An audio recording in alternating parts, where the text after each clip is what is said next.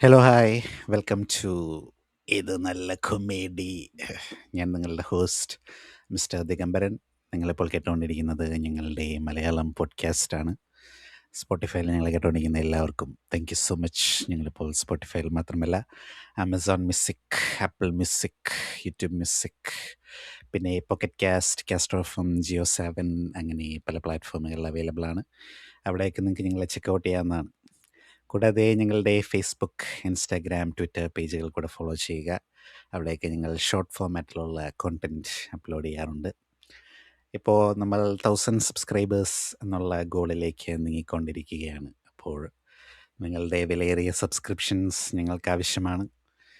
1K എന്നുള്ള നമ്മുടെ ആ ഗോൾ നമ്മൾ എത്താൻ വേണ്ടിയിട്ട് എല്ലാവരും സബ്സ്ക്രൈബ് ചെയ്യുക. ഞാൻ പറഞ്ഞല്ലോ സ്പോട്ടിഫൈയിലൊക്കെ ഉണ്ട്. അപ്പം ഇവിടെ ഫോളോ ചെയ്യുന്നവർ അവിടെയും കൂടെ ഫോളോ ചെയ്യുക. അവിടെ ഫോളോ ചെയ്യുന്നവർ നിങ്ങളുടെ വിലയേറിയ അഭിപ്രായങ്ങൾ കമൻറ്റുകളായിട്ടുമൊക്കെ ഇടാവുന്നതാണ്. ഞങ്ങളതൊക്കെ ചെക്കൗട്ട് ചെയ്യാറുള്ളതാണ്. നിങ്ങളുടെ സജഷൻസ് വെച്ചിട്ടാണ് ഞങ്ങൾ ഓരോ എപ്പിസോഡുകൾ ചെയ്യുന്നത്. അപ്പോൾ അതൊക്കെ ചെയ്യുക. എന്റെ സുപ്രീം കോടതി നിങ്ങൾ ജനങ്ങൾ മാത്രമാണ്.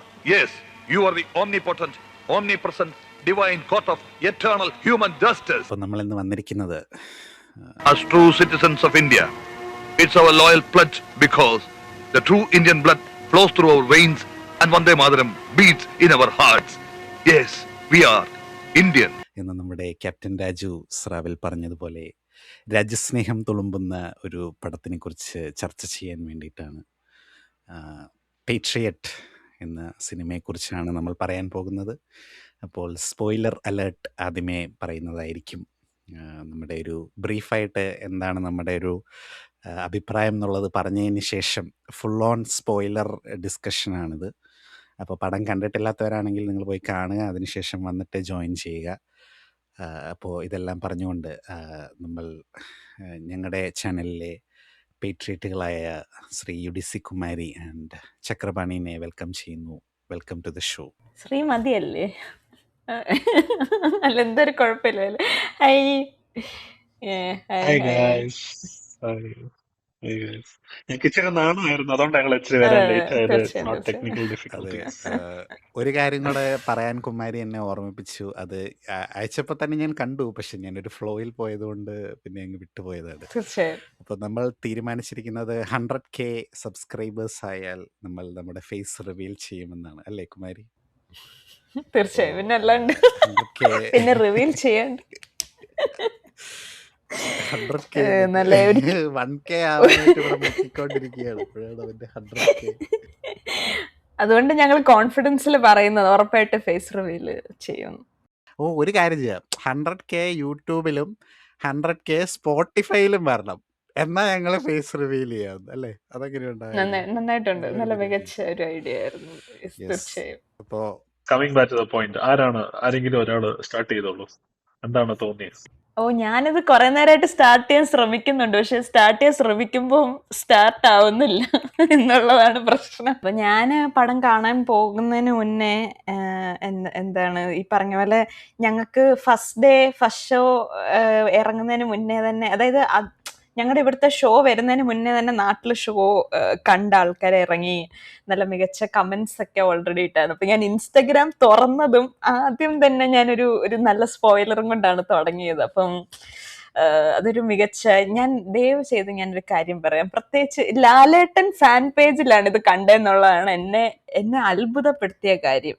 ഞാൻ ഇൻസ്റ്റഗ്രാം ഞാനൊരു ലാലേട്ടൻ ഫാൻ ആയതുകൊണ്ട് ഞാൻ എന്തൊരു ഫാൻ പേജ് ഉണ്ട്, ഞാൻ ഓർക്കുന്നില്ല എന്താ പേജിന്റെ പേരെന്ന്. അതിനകത്ത് കയറി ഞാൻ ഇൻസ്റ്റഗ്രാം തുറന്ന് ഈ സാധനമാണ് ആദ്യം പോപ്പപ്പ് ആയിട്ട് വന്നത്. അതിനകത്തൊരു ലാലേട്ടൻ, സ്പോയിലർ അലേർട്ട് പറയുന്നതിന് മുമ്പേ എല്ലാവരും അദ്ദേഹത്തെ ഓർത്ത് ആരും പടം കണ്ടിട്ടില്ലെങ്കിൽ പോയി കാണുക. I'm going to spoil something. Lalettan ലിഫ്റ്റിനകത്തിൽ മരിച്ചു കിടക്കുന്ന സാധനമാണ്. ആ ഡോറ് വന്ന് അദ്ദേഹത്തിന്റെ നിതംബത്തിൽ പൃഷ്ഠത്തിൽ ഇടിക്കുന്ന സാധനമാണ് ആദ്യം വന്നത് തന്നെ. ഞാൻ ആദ്യം കണ്ടത് ആ സാധനമാണ്. സ്പോയിലർ ലിറ്ററലി നമ്മുടെ ക്ലാസ്സില് നമ്മുടെ കുമ്പിടി വന്നിട്ട് കറുതെല്ലാം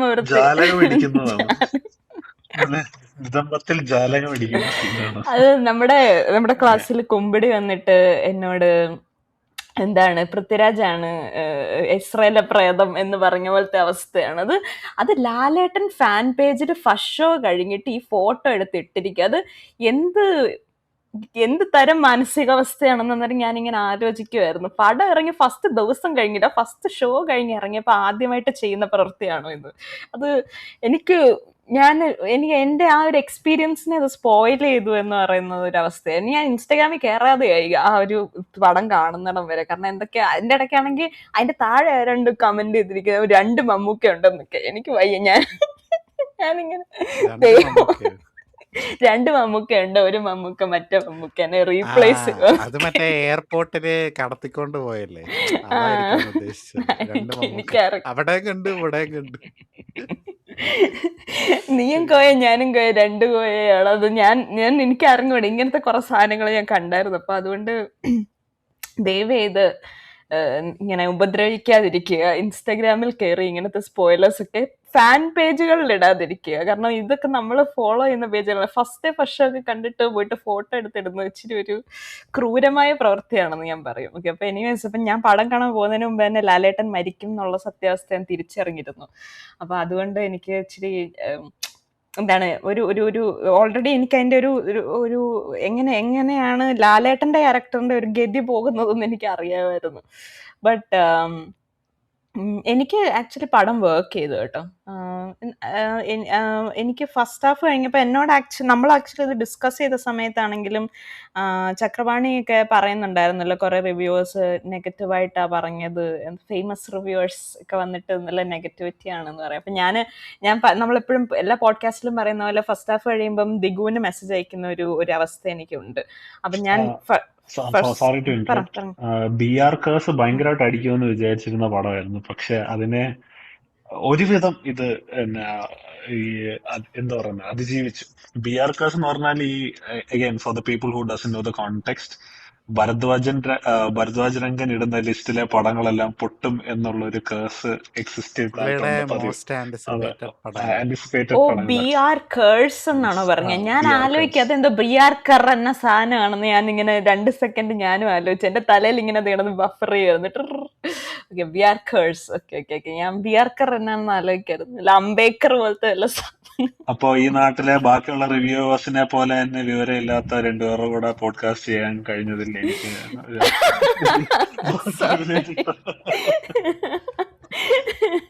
I genuinely didn't know what a BR kar is.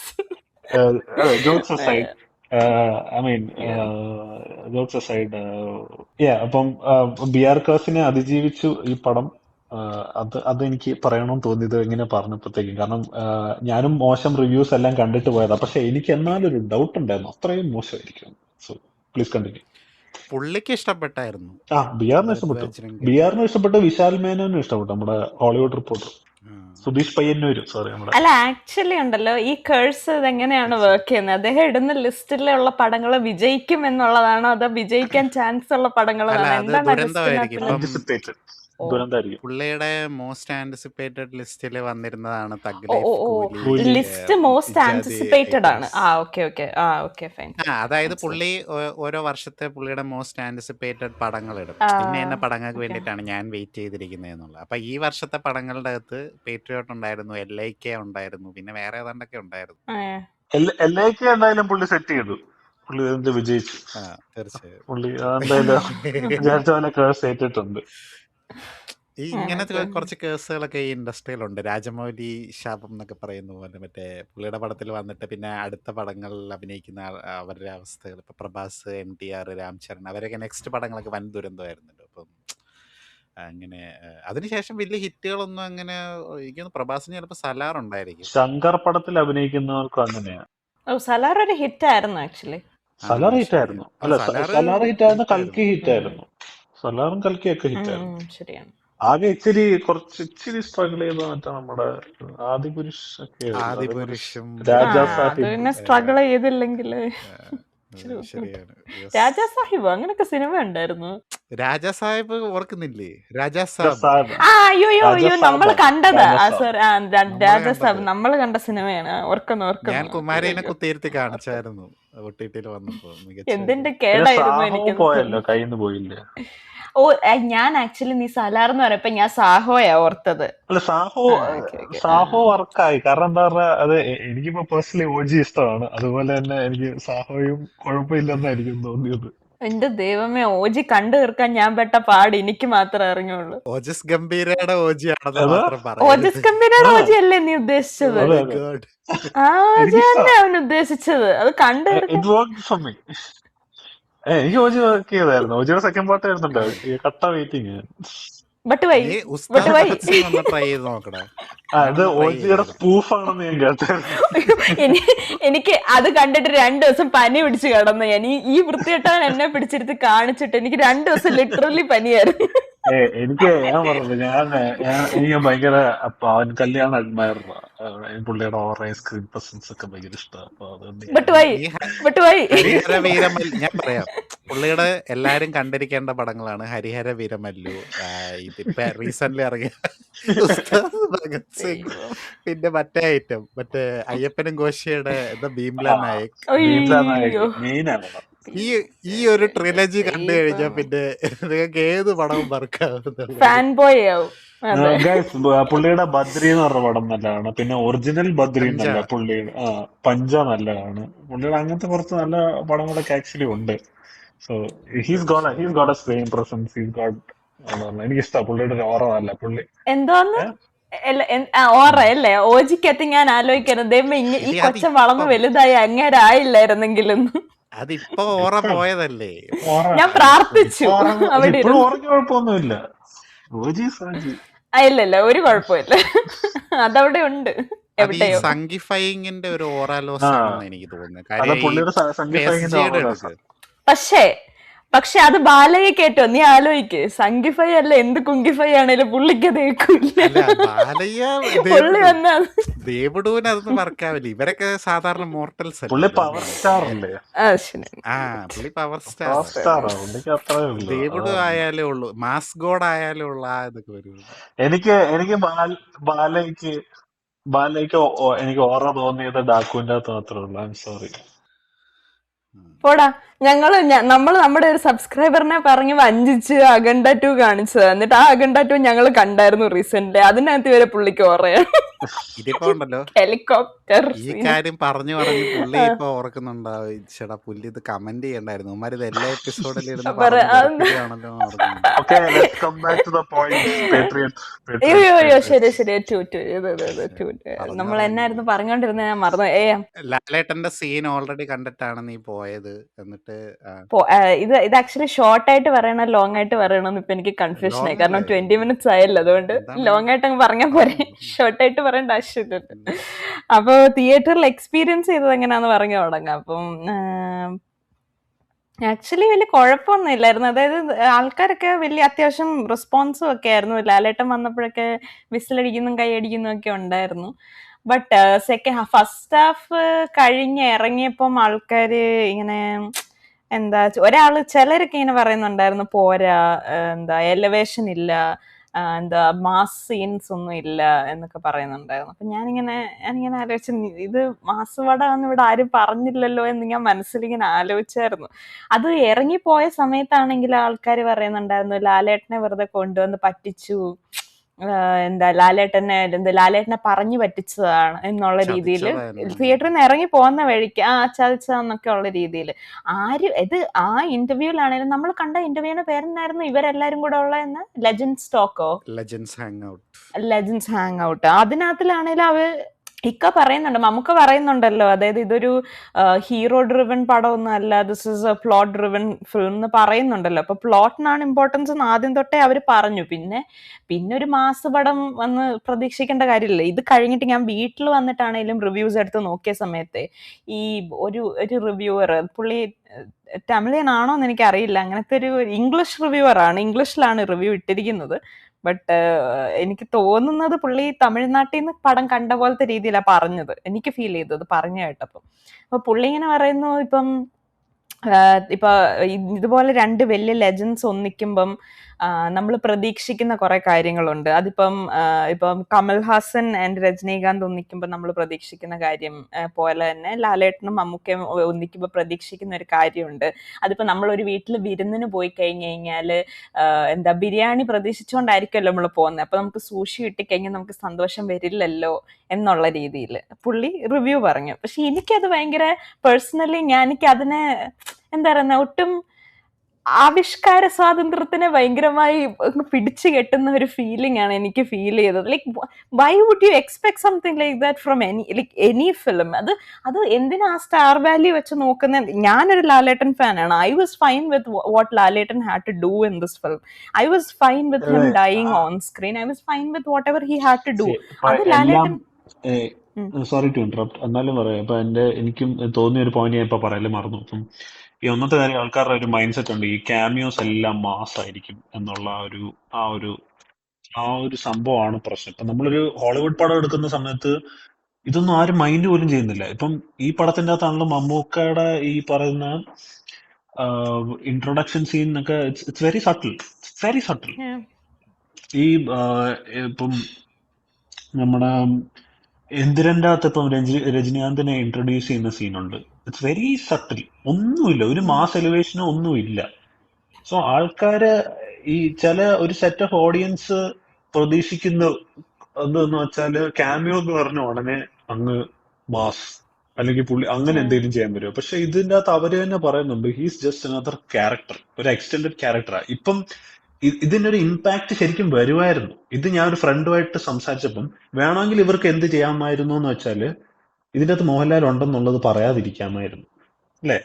പോസ്റ്ററിനകത്തും എവിടെ പക്ഷെ അപ്പൊ അതിന്റെ ഒരു ഹുക്ക് പോയിന്റ് അല്ല, പോകും. ഹുക്ക് പോയിന്റ് അല്ല. അവര് ഇത് പ്രതീക്ഷിക്കാതെ സെക്കൻഡ് ഹാഫിൽ ഇങ്ങനെ ഒരാള് വരുമെന്നോ, അല്ലെങ്കിൽ ആദ്യം തൊട്ട് തന്നെ റഹീമിന്റെ പേര് ആദ്യമേ ഒരു വട്ടം മെൻഷൻ ചെയ്യുന്നുണ്ട് സട്ടിലായിട്ട്.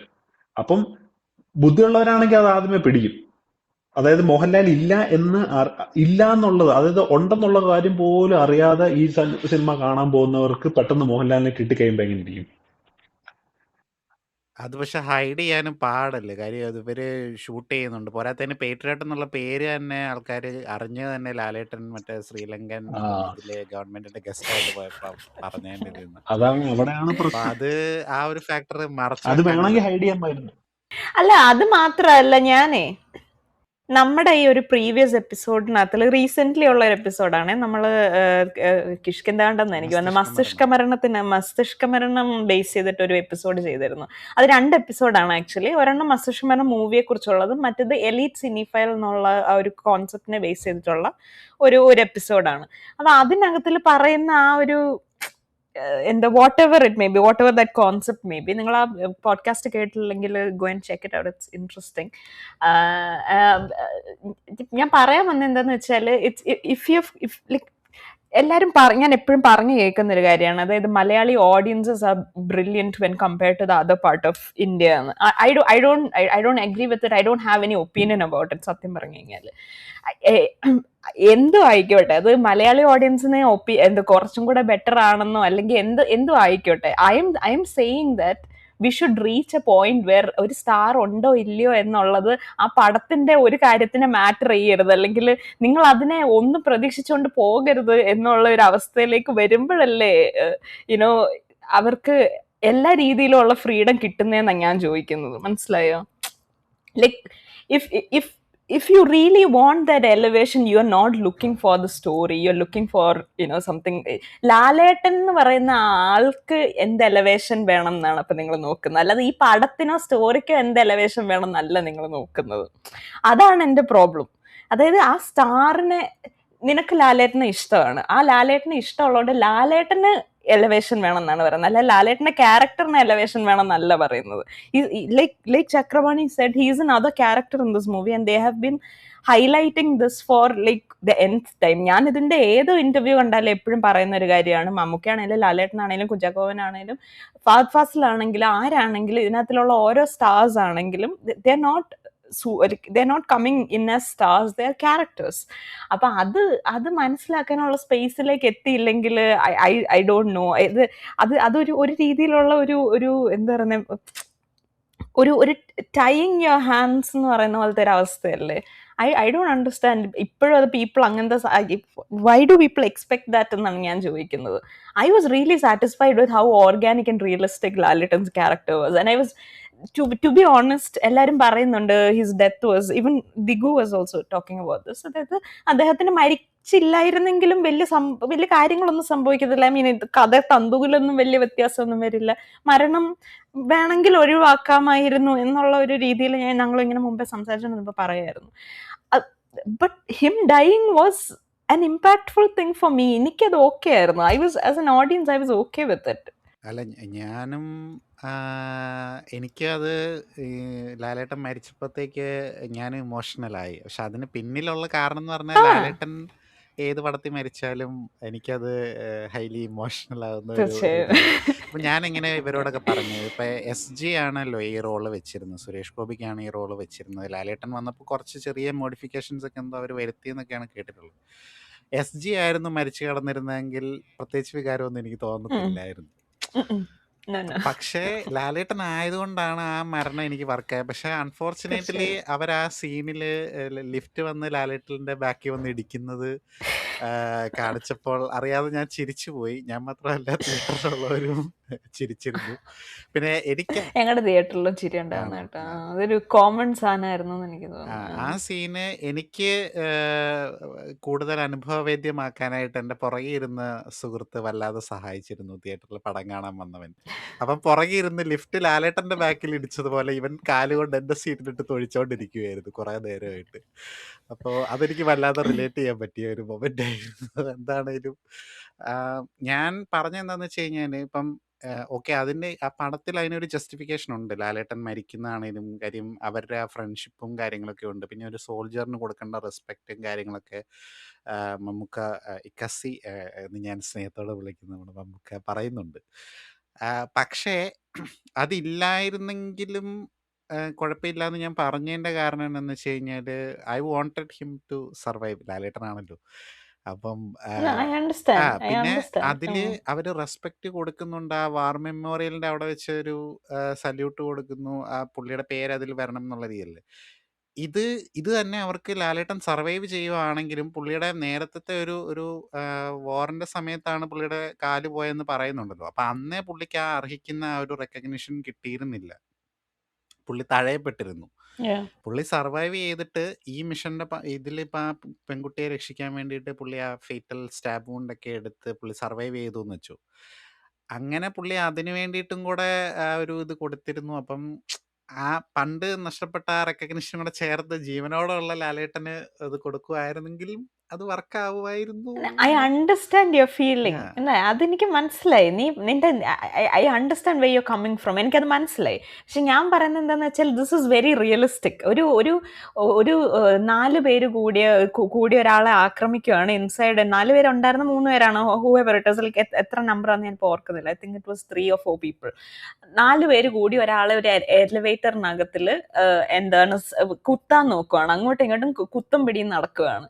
അതിനകത്തിൽ അയാൾ and he does have he doesn't have A leg. അപ്പം അവിടെ ഒരു ലാലേട്ടന് ഒരു പ്രശ്നമുണ്ട്. അപ്പം ഇങ്ങനത്തെ ഒരു സിനാരിയോയിൽ അദ്ദേഹം മരിക്കുന്നതാണ് ഏറ്റവും റിയലിസ്റ്റിക് ആയിട്ട് എനിക്ക് ഫീൽ ചെയ്യുന്നത്. റിയലിസ്റ്റിക് നോക്കിയപ്പോ വേറൊരു സ്ഥലത്ത് അപ്പൊ നിങ്ങൾ കോട്ടം വിട്ടില്ലേ? കാര്യം ഇക്കാസി ഫ്ലൈറ്റിൽ നിന്ന് ചാടുമ്പോഴത്തേക്ക് അത് സർവൈവ് ചെയ്യാൻ യാതൊരു ചാൻസും ഇല്ല എന്നുള്ളത് പറയുന്നുണ്ട്. പുള്ളിയുടെ പ്രായം ഓൾറെഡി പുള്ളി ഒരു നെർവ് ഏജന്റ് എടുത്തിട്ട് അതിന് നേരത്തെ ആന്റിബോട്ടി എന്താ പറയുന്നത് ആന്റിബോട്ടിക് എന്ന് പറയുന്നത് antidote. Yes yes, already anti venom എന്ന് പറയാൻ വരുമായിരുന്നു. ആന്റിഡോട്ട് എടുത്തിട്ടാണ് പുള്ളി ഇരിക്കുന്നത് എന്ന് പറയുന്നുണ്ട്. അപ്പൊ അവര് they make it A point that എന്താ പറയുന്നത്, അവര് അത് പുള്ളി സർവൈവ് ചെയ്യാൻ യാതൊരു ചാൻസും ഇല്ല എന്നുള്ള രീതിയിൽ. അപ്പൊ അത് റിയലിസ്റ്റിക് ആയിരുന്നു അല്ലല്ലോ. അത് അതെനിക്ക് അറിഞ്ഞൂടാ. അത് പുള്ളി പക്ഷെ ഒരുമാതിരി ഞാനിപ്പോ ചാവുമേ എന്നുള്ള രീതിയിലല്ലേ കിടക്കുന്നത്. അതങ്ങനെ ഓക്കെ. ഇപ്പം അത് എന്താ ബൈ ചാൻസ് എന്താ ലക്ക് എന്താന്ന് വെച്ചാൽ ഇപ്പം മിഷൻ ഇമ്പോസിബിളിലൊക്കെ ആണെങ്കിലും ലക്ക് ഒരു മേജർ ഫാക്ടറാണ് ഈത്തൻ സർവൈവ് ചെയ്യുന്ന പല കാര്യങ്ങളും. അതൊക്കെ ഇക്കാസിനെ കൊടുത്ത നെർവ് ഏജന്റ് കയ്യിൽ തേച്ച 2 പെണ്ണുങ്ങളുണ്ടല്ലോ, അതുങ്ങൾക്ക് പ്രത്യേകിച്ച് റിയാക്ഷൻ ഒന്നും ഉണ്ടായി. അവർക്ക് ആന്റിഡോട്ട് പോലും എടുത്തിട്ടില്ല അവർക്ക് പ്രത്യേകിച്ച് റിയാക്ഷൻ ഒന്നും ഉണ്ടായില്ലല്ലോ. ഇത് നമ്മുടെ സ്കിന്നിലൂടെ അകത്ത് കയറുന്ന സാധനമാണ്. ചിലപ്പോ അവന്മാര് ഈ പെണ്ണുങ്ങൾ ചാവാതിരിക്കാൻ വേണ്ടി എന്തെങ്കിലും കൊടുത്തിട്ടുണ്ടോന്ന് നേരത്തെ അറിഞ്ഞുകൂടല്ലോ നമുക്ക്. കൊടുത്തിട്ടുണ്ടോ? അല്ലെങ്കിൽ അവരെന്തിനാ അങ്ങനെ ചെയ്യുന്ന? അത് മിഷനെ കോംപ്രമൈസ് ചെയ്യുന്ന കാര്യമല്ലേ?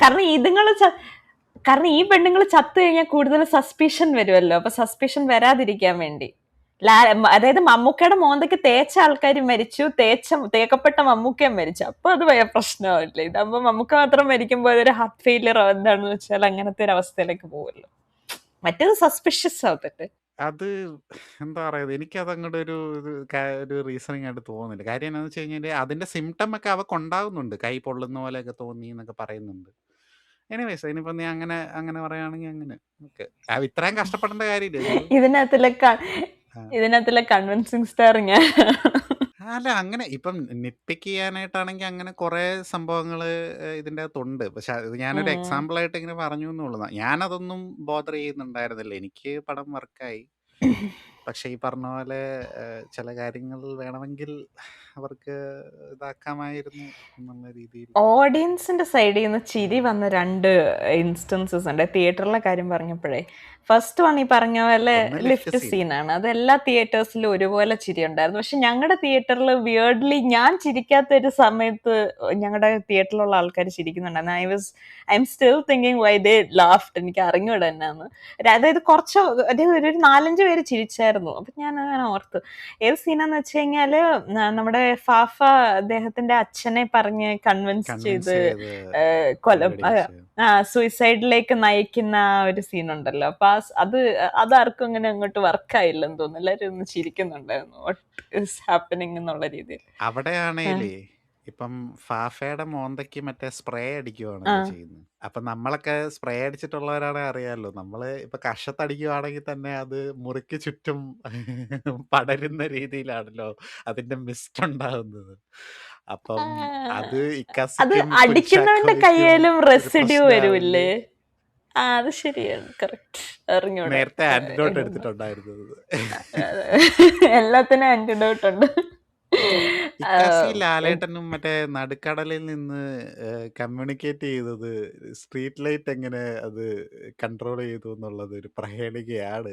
പിന്നെ ഞാൻ അന്നേരം കുമാരിയോട് പറഞ്ഞു, ചിലപ്പോൾ നേരത്തെ മറ്റേ സ്ട്രീറ്റ് ലൈറ്റിൽ അവർ സെറ്റ് ചെയ്ത് വെച്ചിട്ടുണ്ടാവും റേഡിയോ വേവ്സ് പിടിച്ചെടുക്കാനുള്ള എന്തെങ്കിലും കുന്തം. അത് പുള്ളി ലാലേട്ടന്റെ മുറിക്കകത്ത് തന്നെ എന്നാ പിന്നെ വെച്ചൂടെ എന്നൊരു ചോദ്യം ആളുകൾ ചോദിക്കുന്നുണ്ടായിരുന്നു. ഞാൻ തിയേറ്ററിൽ നിന്ന് ഇറങ്ങി വന്നപ്പോഴേ ആൾക്കാര് പറഞ്ഞുകൊണ്ട് പോയിക്കൊണ്ടിരുന്ന മേജർ സംഭവങ്ങൾ 2 2 3 ഒരെണ്ണം പൃഷ്ഠം ലാലേട്ടന്റെ എലവേറ്റർ സീക്വൻസ് പുറത്ത് വന്നിടിക്കുന്നത്.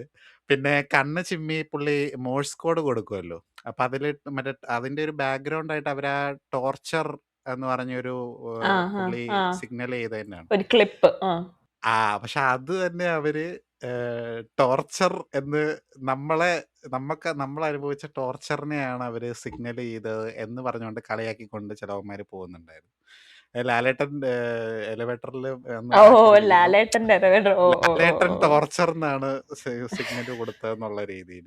പിന്നെ റഹീം നായിക് എന്നുള്ള ലാലേട്ടന്റെ പേര് റഹീം നായർ എന്നിടാഞ്ഞത് ഭാഗ്യം എന്ന് പറഞ്ഞു. അത് സത്യം പറഞ്ഞുണ്ടല്ലോ, എന്റെ ഇൻട്രൂസീവ് മൈൻഡും അങ്ങനെ ചിന്തിച്ചായിരുന്നു കേട്ടോ. മറ്റേ വാർ മെമ്മോറിയൽ സീക്വൻസ് വന്നപ്പോ ഞാൻ ഓർത്തായിരുന്നു, റഹീം നായർ എന്നായിരുന്നെങ്കിൽ അത് ആക്ച്വലി വേറെ ഒരുത്തിന്റെ തലയിലും തോന്നിയായിരുന്നു. അവൻ പറഞ്ഞോണ്ട് പോകുന്നുണ്ടായിരുന്നു. അപ്പൊ അങ്ങനെ കുറച്ച് സംഭവങ്ങൾ എനിക്ക് കല്ലുകടിയായിട്ട് തോന്നിയ ഒരു കാര്യം ആക്ച്വലി ഉണ്ട് കേട്ടോ. ഇതല്ല എനിക്ക് കുറെ പേർക്ക് ഇത് ആക്ച്വലി വർക്ക് ചെയ്തു. പക്ഷെ എനിക്ക് ഭയങ്കര ബുദ്ധിമുട്ടായിട്ട് തോന്നിയത് അത് എന്റെ കുഴപ്പമാണെന്നാണ് എനിക്ക് തോന്നുന്നത്. എന്റെ പേഴ്സണൽ കുഴപ്പമാണെന്നാണ് എനിക്ക് തോന്നുന്നത്. I hated every stun sequences in this. എനിക്ക് ഒരു ഫൈറ്റ് സീക്വൻസും എനിക്ക് ഇഷ്ടപ്പെട്ടില്ല എന്നല്ല, I had A severe headache. That is എന്ന് പറഞ്ഞാൽ ഈ സ്റ്റഡി ക്യാം ഭയങ്കര റാപ്പിഡ് ഷെയ്ക്കി ക്യാം, റാപ്പിഡ് കട്ട്, അതിന്റെ കൂടെ എന്തുവാ സംഭവിക്കുന്നത്? പ്രത്യേകിച്ച് ആ ഫ്ലൈറ്റിലെ സാധനം, ആരെയാ കുത്തുന്നത്, മമ്മൂക്ക ആരെ അടിക്കുന്നത്, മമ്മൂക്കാണ് അടി കിട്ടുന്നത്, എന്തുവാ സംഭവിക്കുന്നത്? എനിക്ക് പ്രാന്ത് പിടിക്കായിരുന്നു. അത് കഴിഞ്ഞിട്ട് I had A severe headache. And this is not figuratively a headache. I literally had a headache. I had to come back home and take a medicine. അത്രയ്ക്ക് ഹെഡേക്ക് ആയിരുന്നു എനിക്ക്. അത് എനിക്ക് അറിഞ്ഞുകൂടാ. ആ, അത് ഞാനും ചക്രവാണിയും കൂടെ സംസാരിച്ചുകൊണ്ടിരുന്നപ്പോഴത്തേക്ക് ഞങ്ങൾ അതിനെക്കുറിച്ച് പറഞ്ഞായിരുന്നു. അതായത് എനിക്കത് കണ്ടപ്പോൾ ടേക്കൺ ആണ് ഓർമ്മ വന്നത്. ടേക്കണിൻ്റെ അകത്ത് ലിയം നീസൺ ഒരു മതിൽ ചാടി കടക്കാൻ വേണ്ടിയിട്ട് ഒരു 50 കട്ടെങ്കിലും അവരെടുത്ത് അതുപോലെ കാര്യം അത് ഒന്നാമത് മമ്മൂക്കയുടെ ഏജ് ഒക്കെ കൺസിഡർ ചെയ്ത ആ ഒരു ഫൈറ്റ് സീക്വൻസ് കുറച്ച് ബുദ്ധിമുട്ടാണ്. അത് അത് എന്തുകൊണ്ട് അത് ആ ഞാൻ ഇവനോട് പറഞ്ഞു അത് മമ്മൂക്കയ്ക്ക് അങ്ങനെ ഫൈറ്റ് സീക്വൻസ് കൊടുക്കാതെ അത് ലാലേട്ടന് വേണ്ടി വെച്ചിരുന്നെങ്കിൽ ചിലപ്പോൾ അത് ആ വർക്കായിരുന്നു. കാര്യം കുറച്ചുകൂടെ അത് ഇതായിട്ട് ഞാൻ എടുക്കായിരുന്നല്ലോ. ഞാൻ ആക്ച്വലി കാര്യം അല്ലെങ്കിൽ പറയാൻ പിന്നെ വരുമായിരുന്നേ. അതിനനുസരിച്ചുള്ള രീതിയിൽ റെസ്ട്രിക്റ്റഡ് ആയിട്ടുള്ള എന്തായാലും പുള്ളിയുടെ ഇത് കൺസിഡർ ചെയ്തുകൊണ്ട് എന്തെങ്കിലും ഒരു ഇത് ചെയ്ത് ഈ റാപ്പിഡ് കട്ട് ശരിയാണ് കുറച്ച് ബുദ്ധിമുട്ടാണ്. നമ്മൾ വലിയ സ്ക്രീനിലും കൂടെ അല്ലേ കാണുന്നത്. അപ്പം അത് ഉം. ഇച്ചിരി ഹെഡ് ഏക്ക് ഇൻഡ്യൂസിങ് ആയിരുന്നു. അത് അത് ഭയങ്കര കസിനെ കൊണ്ട് ബുദ്ധിമുട്ടായിരുന്നു. ചെയ്യാൻ അതുമല്ല മമ്മൂക്കയുടെ ഫൈറ്റ്സിനകത്തിലെ ആ ഇടികളെ ഒട്ടും ഈ പറഞ്ഞ പോലെ ഒട്ടും കൺവിൻസിങ് അല്ലാത്ത പോലെ എനിക്ക് ഫീൽ ചെയ്തു. അതായത് നമുക്ക് സ്റ്റണ്ടിനെ വെച്ച് ഇടിക്കുന്ന പോലത്തെ ഒരു ഫീലിംഗ് നന്നായിട്ട് പ്രത്യേകിച്ച് ഫസ്റ്റ് ഫൈറ്റ് ഓർക്കുന്നുണ്ടോ? ആ ഒരു കടക്കകത്തി വെച്ചിട്ടുള്ള സാധനം, ഒരു ഒരു ആ മൊബൈൽ ആ മറ്റേ ഷോപ്പിനകത്തിൽ വെച്ചിട്ട് ഇതിന്റെ മോളിൽ മണ്ടേന്ന് താഴോട്ടുള്ള താഴോട്ട് വീഴുന്നു. താഴോട്ട് അത് വീഴുന്നത്. ദാറ്റ് വാസ് റിയലി അല്ല ഒരു ഡിഫിക്കൾട്ട് ടു കാര്യമുണ്ട്. വാച്ച്. അത് നമുക്ക് ആ പേട്രിയറ്റിന്റെ ഉം, സമയത്താണ് പുള്ളിക്ക് വയ്യാണ്ടാവുന്നത്. മറ്റേ ആ, അവര് ആവുന്നത്. ഷൂട്ടിംഗ് ഒക്കെ കുറെ അല്ല, അപ്പം അത് ഇത് മനസ്സിലായി. പക്ഷെ അതേസമയം പക്ഷെ ലാലേട്ടന്റെ എന്നിട്ടും സീക്വൻസ് എന്തിനാണ് ഇങ്ങനെ ലാലേട്ടന്റെ സീക്വൻസ് എനിക്ക് വർക്കായി. അതായത് അദ്ദേഹം ഇടിക്കുന്ന ഇടി മറ്റേ ആൾക്ക് കൊള്ളുന്ന പോലെ എനിക്ക് ഫീൽ ചെയ്തു. അതായത് അത് ലിറ്ററലി ഒരു പഞ്ച് പഞ്ച് ഉണ്ടായിരുന്നു. ആൻഡ് ഐ എനിക്ക് ആക്ച്വലി എനിക്ക് സത്യം പറഞ്ഞ ഈ സ്റ്റണ്ട് അല്ലാതെ മമ്മൂട്ടി ഫൈറ്റ് ചെയ്ത് ഈ ഇടയ്ക്ക് കഴിഞ്ഞ ഒരു 5-6 കൊല്ലത്തിനത് പുള്ളി ഫൈറ്റ് സീക്വൻസ് എന്ന് പറഞ്ഞ പുള്ളി ചെയ്തതിന്റെ അകത്ത് ഏറ്റവും നല്ല സത്യം പറഞ്ഞാല് റോഷാക്കിന്റെ അകത്തായിരുന്നു. I think Turbo was not that റോഷാക്കിന്റെ ബാഡ്. അകത്ത് Turbo was okay I Turbo was think. Nice. അതിന്റെ അകത്ത് ആക്ഷൻ സെറ്റ് പീസസ് ഉണ്ട് which was quite nice to see. അത് നല്ലതായിരുന്നു ഫോർ എ കൊമേഴ്ഷ്യൽ സിനിമ. പക്ഷെ ഇതിന്റെ അകത്ത് എനിക്ക് fight sequence personally I like when Lalettan fights. അതിന്റെ അകത്ത് ഒരു ഡൗട്ടും ഇല്ല, പുള്ളി ഭയങ്കര കിടില. എനിക്ക് ലിഫ്റ്റിന്റെ അത് അകത്ത് പക്ഷെ ഒരു ലിഫ്റ്റിന്റെ അകത്ത് ഫൈറ്റ് സീക്വൻസ് എനിക്ക് വർക്കായി. But they could have created more impact. ലാലേട്ടന്റെ actually was they okay. Could have created nice. More impact. അല്ല അതിപ്പം മലയാള സിനിമയില് ഫൈറ്റ് സീക്വൻസസ് ചെയ്യാൻ പറ്റുന്ന നന്നായിട്ട് ചെയ്യുന്ന നടന്മാരിൽ ഒരാളാണല്ലോ ലാലേട്ടൻ. അതുകൊണ്ടാണ് ലാലേട്ടൻ എനിക്കുണ്ടല്ലോ ആ ഫൈറ്റ് സീക്വൻസിനകത്തില്ലേ, അതായത് അവർ ആ ഹോസ്പിറ്റലിന്റെ ആ ഒരു സീക്വൻസിൽ അവർ ആ കൊച്ചിനെ ആ വാർഡിനകത്ത് നിന്ന് ഇറക്കി താഴോട്ട് ആ ലിഫ്റ്റ് വരെ എത്തുന്ന ആ ഒരു സീക്വൻസിൽ എനിക്ക് ലാലേട്ടന്റെ ആ ഒരു കാലില്ലാത്ത ആ ഒരു ഇതുണ്ടല്ലോ, ആ ഒരു സ്റ്റീൽ ലെഗിന്റെ സാധനം ഉണ്ടല്ലോ, അത് അവര് ഇൻകോപ്പറേറ്റ് ചെയ്തിട്ടാണ് അവര് സ്റ്റണ്ട് കൊറിയോഗ്രാഫ് ചെയ്തത്. അതെനിക്ക് ഭയങ്കരമായിട്ട് ഇഷ്ടപ്പെട്ടായിരുന്നു. അതായത് ആ കാലിന്റെ വയ്യാഴ്മയും അതിന്റെ മെറിറ്റ്സും ഡീമെറിറ്റ്സും കാണിച്ചുകൊണ്ട് കൊറിയോഗ്രാഫ് ചെയ്തത് എനിക്ക് ഭയങ്കരമായിട്ട് ഇഷ്ടപ്പെട്ടു. നല്ല രസമുണ്ടായിരുന്നു കണ്ടോണ്ടിരിക്കാൻ. I enjoyed it. പക്ഷെ അതിനകത്തിലാണെങ്കിലും ഈ ഒരു ഷെയ്ക്കി ക്യാം എനിക്ക് ഭയങ്കര ബുദ്ധിമുട്ടായിരുന്നു. I was like why man, why would you do that? Just അത് ഈ നമ്മള് അല്ല, ഇക്കാസി ഇടയ്ക്ക് വയ്യാണ്ടാവുന്നുണ്ട്. ഫൈറ്റിന്റെ ഇടയ്ക്ക് പുള്ളി ഒന്ന് ജസ്റ്റ് ഒന്ന് ചുമക്കുകയോ അങ്ങനത്തെ രീതിയിലോട്ട് പുള്ളി പോകുന്നുണ്ട്. പുള്ളിയുടെ ഏജ് അവിടെ കാണിക്കുന്നുണ്ട്. But still there is something kind of എന്താ പറയുന്നത്, ഒരു ഒരു ഒരു കൺവിക്ഷൻ ഫീൽ ചെയ്തില്ല എനിക്ക് അതിന്റെ അകത്ത് പുള്ളിയുടെ ഫൈറ്റ് സീക്വൻസിലൊന്നും. അല്ല, ഇതിപ്പോ ഈ ഏജിന്റെ കാര്യം നമ്മൾ പറയും, മമ്മൂക്കയുടെ കാര്യം നമ്മൾ പറഞ്ഞു. Did Kunchacko's and Fafa's fight work for you guys? എനിക്ക് അതും ഒട്ടും കൺവിൻസിംഗ് ആയിട്ട് തോന്നിയില്ല. ദാറ്റ് വാസ് ലൈക്ക് റിയലി അതും ശരിയാ ശരിയാ. Bullshit fight for me. അതിൽ എനിക്കത് വേറൊരു വർക്ക് കാര്യം എന്നാന്ന് ചെയ്തില്ല. വെച്ചാൽ ഉണ്ടല്ലോ, കുഞ്ചാക്കോയ്ക്ക് കുറച്ച് സൈസ് ഉണ്ട് ഫഹദിനെ വെച്ച് ആ കമ്പയർ ചെയ്യുമ്പോൾ. അപ്പൊ കമ്പയർ അതിന്റെ ചെയ്യുമ്പോ ഭയങ്കര എവിഡന്റ് ആയിട്ട് നമുക്കത് അവർ ഫൈറ്റ് ചെയ്യുമ്പോൾ നമുക്ക് അത് സത്യം പറഞ്ഞു കഴിഞ്ഞാൽ ഫഹദിനെ ചോക്ക് സ്ലാം ചെയ്ത് അവന്റെ നടുവടിച്ച് കളയേണ്ട സമയം കഴിഞ്ഞു എന്നുള്ള രീതിയിലുള്ളൊരു ഫീലിംഗ് ആണ് നമുക്ക് കിട്ടുന്നത്. പിന്നെ ശരിയാണ് ഇതിന്റെ ഒരു അതിപ്പോ ഫഹദിന്റെ പെർഫോമൻസിലാണെങ്കിലും ഉണ്ടല്ലോ, മറ്റേ പുള്ളി കുറച്ചുകൂടെ ഹൈ എനർജി ആയിരുന്നു. നമ്മള് പോഡ്കാസ്റ്റ് തുടങ്ങുന്നതിന് മുമ്പ് പറഞ്ഞായിരുന്നു ഭയങ്കര ഹൈ എനർജി ആയിരുന്നു ട്രാൻസിന്റെ ഇതിന്റെ ഒരു അകത്ത്. ആ ഇൻട്രൊഡക്ഷൻ സീനിൽ ട്രാൻസ്ഫോർമർ വന്നു. അത് മാത്രമല്ല പുള്ളി അതായത് പുള്ളിക്ക് വേണമെങ്കിൽ അതൊരു എനിക്കൊരു വേലൈക്കാരൻ്റെ അകത്ത് പുള്ളി ഒരു സൈക്ക് മൊമെന്റിലോട്ട് പോയി കഴിഞ്ഞിട്ട്, വേലൈക്കാരൻ സിനിമ കണ്ടിട്ടുള്ളവർക്കറിയാം ആ ഒരു ഫീലായിരുന്നു ഇതിൻ്റെ അകത്ത് ഉണ്ടായിരുന്നത്. അതായത് അത് ചില സീക്വൻസുകളിലാണെങ്കിൽ കുഴപ്പമില്ല. ഇപ്പം എന്തെങ്കിലും ഒരു ഭയങ്കര ഫ്രസ്ട്രേറ്റഡ് ആയി പുള്ളി ഇറിറ്റേറ്റഡ് ആയിട്ട് നിൽക്കുന്ന മൊമെന്റുകളാണ്. ഇത് ത്രൂ ഔട്ട് ഇതിൻ്റെ അകത്ത് മൊത്തത്തിൽ പുള്ളി ഇങ്ങനെ ഒരു ആ ഒരു മൂഡാണ് പിടിച്ചത്. അതൊരു ഇച്ചിരി കുറച്ച് ആർട്ടിഫിഷ്യൽ ആയിട്ടുള്ള അത് നമ്മള് മറ്റേ ലെജൻസ് ഹാങ് ഔട്ട് ഇന്റർവ്യൂ കണ്ട സമയത്ത് കണ്ടോണ്ടിരുന്നപ്പോ അത് ഞങ്ങൾ പറയുന്നുണ്ടായിരുന്നു, നമുക്ക് വേണമെങ്കിൽ കണ്ടോണ്ടിരുന്ന് റിയാക്ട് ചെയ്യാനുള്ളത് കൊണ്ട് ഒരു സാധനം നല്ല രസമുണ്ടല്ലോ എന്ന് പറയുന്നുണ്ട്. അതിന്റെ ബിക്കോസ് അകത്ത് കുഞ്ചാക്കോ ബാക്കി വാസ് ലൈക്ക് ഈവൻ റിയലി ആ ആ. കുഞ്ചാക്കോവൻ സട്ടിലാണ്. മറ്റേ മഹേഷ് നാരായൺ അടക്കം നാച്ചുറൽ ആയിട്ട് തോന്നിയപ്പോൾ ഇവിടെ ഒരാൾ പിന്നെ വേറൊരാൾ അതിനകത്ത് ഗംഭീര പെർഫോമൻസ് ആയിരുന്നു കേട്ടോ. നമ്മുടെ സ്വന്തം ലാലിച്ചൻ ഇച്ചിരി ഒരു പുള്ളി ഒരു ക്യൂട്ടി മികച്ച പൊട്ടിയാണ്, നീ വെറുതെ പ്രകാശ് വർമ്മ പ്രകാശ് അല്ലല്ലോ. വർമ്മ അല്ലായിരുന്നു.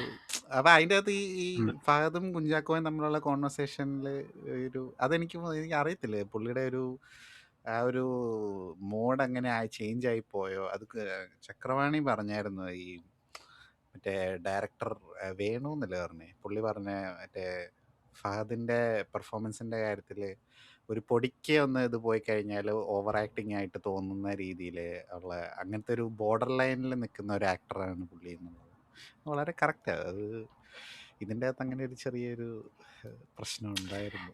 അല്ല, നമ്മൾ ശരിയാണ്. പുള്ളിയുടെ ഒരു പടങ്ങളുടെ ഒക്കെ പാറ്റേൺ എടുത്ത് നോക്കിയാൽ തന്നെ നമുക്ക് ആ ഒരു സൈക്കോട്ടിക് ബിഹേവിയർ നമുക്ക് പ്രത്യേകിച്ച് എടുത്ത് കാണാൻ പറ്റും.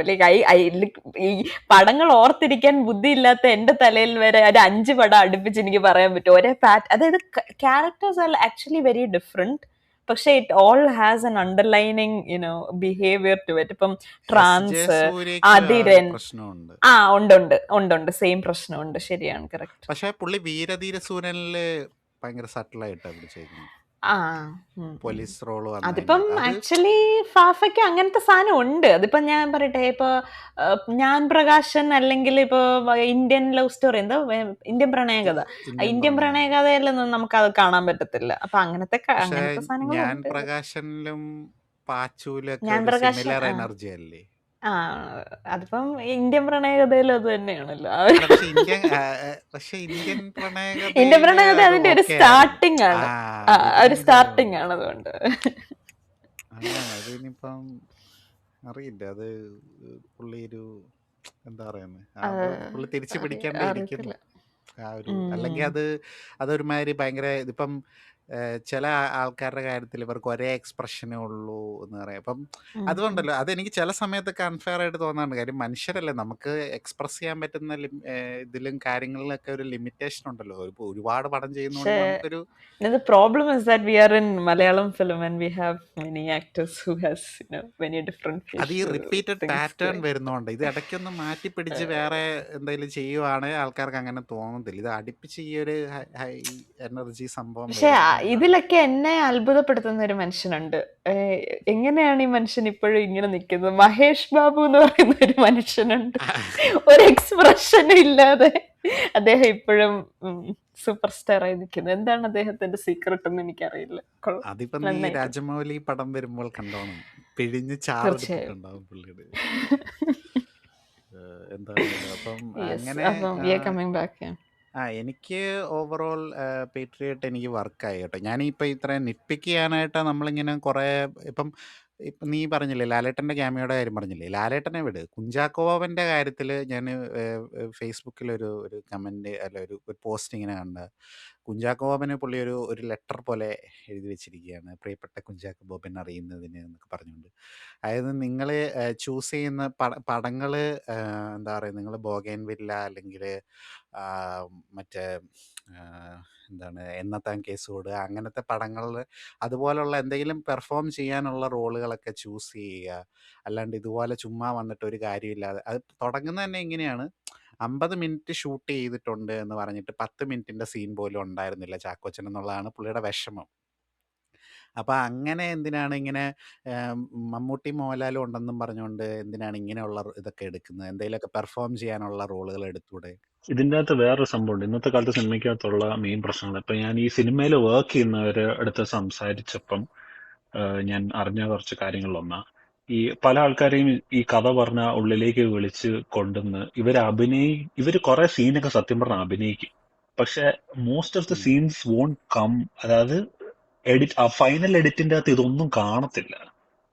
അതാണ് മോസ്റ്റ്ലി ഇന്റർവ്യൂക്കകത്ത് ഇതിന്റെ സംസാരിക്കുന്നത്. കാര്യം പറഞ്ഞതേ, ആ അതിൻ്റെ അകത്ത് പറഞ്ഞ പല കാര്യങ്ങളും ഇവര് ഇപ്പം ആരാ ഇതിൻ്റെ അകത്ത് ഹീറോ അല്ലെങ്കിൽ ഉം, ഈ ചാക്കോച്ചൻ്റെ ഭാഗത്തിൻ്റെ സീനുകൾ കുറെ കട്ടായി എന്നൊക്കെ അവർ പറഞ്ഞ് ഉം, ഉം. അതൊക്കെ ഈ മനഃപൂർവ്വം വെച്ചാണോ എന്ന് അതെന്താ പറയാ ചെറിയൊരു അത് ആദ്യമേ തന്നെ എല്ലാരും പറയത്തില്ലേ നമ്മുടെ എന്താ പറയുന്നേ നമ്മൾ ചെയ്യുന്ന ഒരു കള്ളത്തരം നമ്മുടെ എനിമി ചെയ്തതായിട്ട് പറഞ്ഞാൽ മതി. അതാണ്, അതായത് വിൻസെന്റ് ചേർച്ചിൽ പറയുന്ന ഒരു സംഭവം ഉണ്ടല്ലോ, അതുപോലത്തെ ഏകദേശം അങ്ങനത്തെ ടൈപ്പ് ഒരു കോൺസെപ്റ്റ് ആണ്. ആദ്യം ഈ വരാൻ പോകുന്ന സാധനം തന്നെ ഇവര് ചെയ്യാൻ പോകുന്ന പരിപാടി ഇവര് തന്നെ അങ്ങോട്ട് പറയുക സട്ടിലായിട്ട്. പറയുക. എനിക്ക് ഉറപ്പ് ഈ പറയുന്ന തഗ് ലൈഫിന്റെ അകത്തൊക്കെ ആണെങ്കിലും ഇവര് ഇതിന്റെയൊക്കെ ഇന്റർവ്യൂ ഒക്കെ കാണുമ്പോൾ ഒരുപാട് സീനും അതുകളും ഇതൊക്കെ ഷൂട്ട് ചെയ്തതായിട്ട് നമുക്ക് തന്നെ അറിയാം. പക്ഷെ ഇത് ഫൈനൽ എഡിറ്റ് ആയി കഴിയുമ്പോഴത്തേക്കും അത് വർക്കാകാത്തോണ്ട് ഇത് വെച്ചില്ല, അങ്ങനെ വെച്ചില്ല, അങ്ങനെ വെച്ചില്ല എന്നൊക്കെ പറഞ്ഞിട്ട് കുറെ സീനുകളൊക്കെ അങ്ങനെ കട്ട് ചെയ്യും. അത് പല പല സിനിമയുടെ ഇന്നത്തെ അവസ്ഥ അതാ. എല്ലാരും നോക്കുമ്പോഴത്തേക്കും വലിയ ഓൺസാമ്പിൾ കാസ്റ്റും അതും ഇതൊക്കെയാണ്, പക്ഷെ വിചാരിച്ച പോലെ ഒന്നും ഒക്കത്തുമില്ല. And again this movie was not trying to be a mass film, so I don't think there അല്ല, ഇസ് എ നിങ്ങൾക്ക് റിക്വയർമെന്റ് ടു പറഞ്ഞു. നിങ്ങൾക്ക് തോന്നിയോ ചാക്കോച്ചന്റെ റോള് പുള്ളി പറഞ്ഞ പോലെ കംപ്ലീറ്റ്ലി വേസ്റ്റ് ആയിരുന്നു എന്നുള്ളത്? ഇല്ല ഇല്ല എനിക്കങ്ങനെ ഫീൽ ചെയ്തില്ല. ഇല്ല ഇല്ല ഇല്ല ഇല്ല ഇറ്റ്സ് എ ക്യാരക്ടർ റോൾ. അത് അല്ല, ക്യാരക്ടർ റോള് സട്ടിലായിട്ട് അതിന് എന്തോ ആണോ ആവശ്യം അത് മാത്രം ചെയ്തു. ഈവൻ ദർശനാസ് ക്യാരക്ടർ ഓൾസോ പ്ലേഡ് എന്താ പറയുക, അവിടെ ഒരു ചെറിയൊരു ഫൽക്രം പോലെ പുള്ളിക്കാരി പ്ലേ ചെയ്തു. ആ ക്യാരക്ടറിന് ഒരു അർത്ഥം ഉണ്ടായിരുന്നു. അല്ല, ഇപ്പം എടുത്തു നോക്കുകയാണെങ്കിൽ ചാക്കോച്ചന്റെ ഇപ്പൊ ഫഹദിനേക്കാളും കൂടുതൽ ഡയമെൻഷൻസ് ഉള്ളത് ചാക്കോച്ചനല്ലേ? കാര്യം ഓൾറെഡി ഒരു കമ്പാരിറ്റീവ്ലി പെണ്ണുമ്പിള്ളയും കൊച്ചും ഉണ്ട്. യാ എന്നിട്ട് അതിന്റെ ഇടയിൽ കൂടെ എന്നിട്ടും ഉള്ള ഒരു റിലേഷൻഷിപ്പ് ആയിരുന്നു റിലേഷൻഷിപ്പ് ആയിരുന്നു. ദർശനമായിട്ടുള്ള. Yeah. അവിടെ അതിപ്പോ പുള്ളിക്കാരി ലാലേട്ടനും മമ്മൂക്കയും ആ ഇന്റർവ്യൂല് പറയുന്നുണ്ടല്ലോ ശരിക്കുള്ള ഹീറോ കുഞ്ചാക്കോയാണെന്ന്. അത് ചുമ്മാ അത് നമുക്ക് മറ്റേ അന്നേരം ടോക്കിൽ അറിയാം പറയുന്നത്. ഇക്കസിയാണ് യഥാർത്ഥ അതെ ഹീറോ. പക്ഷെ I felt that Nayanthara was really unnecessary in this film. അത് ആര് ചെയ്താലും ഓക്കെ ആയിരുന്ന ഒരു റോൾ ആയിരുന്നു എന്ന് എനിക്ക് ഫീൽ ചെയ്തു. ഐ മീൻ പുള്ളിക്കാരി അഭിനയിച്ചതിലുള്ള പ്രശ്നമല്ല. I mean I അഭിനയത്തിന്റെ felt മികവോ someone older should have മികക്കേടോ been ഒന്നും there അല്ല. എന്ന് എനിക്ക് തോന്നുന്നു. Someone even more older. അത് എനിക്ക് Yeah. എനിക്ക് അത് എന്തായാലും ആ അതില് ഏജ് ഡിഫറൻസ് പ്രോബ്ലം ആയിട്ട് തോന്നിയോ? എനിക്ക് അങ്ങനത്തെ ഇഷ്യൂ ഒന്നും അല്ല, തോന്നിയില്ല. ഏജ് ഡിഫറൻസിന്റെ അല്ല.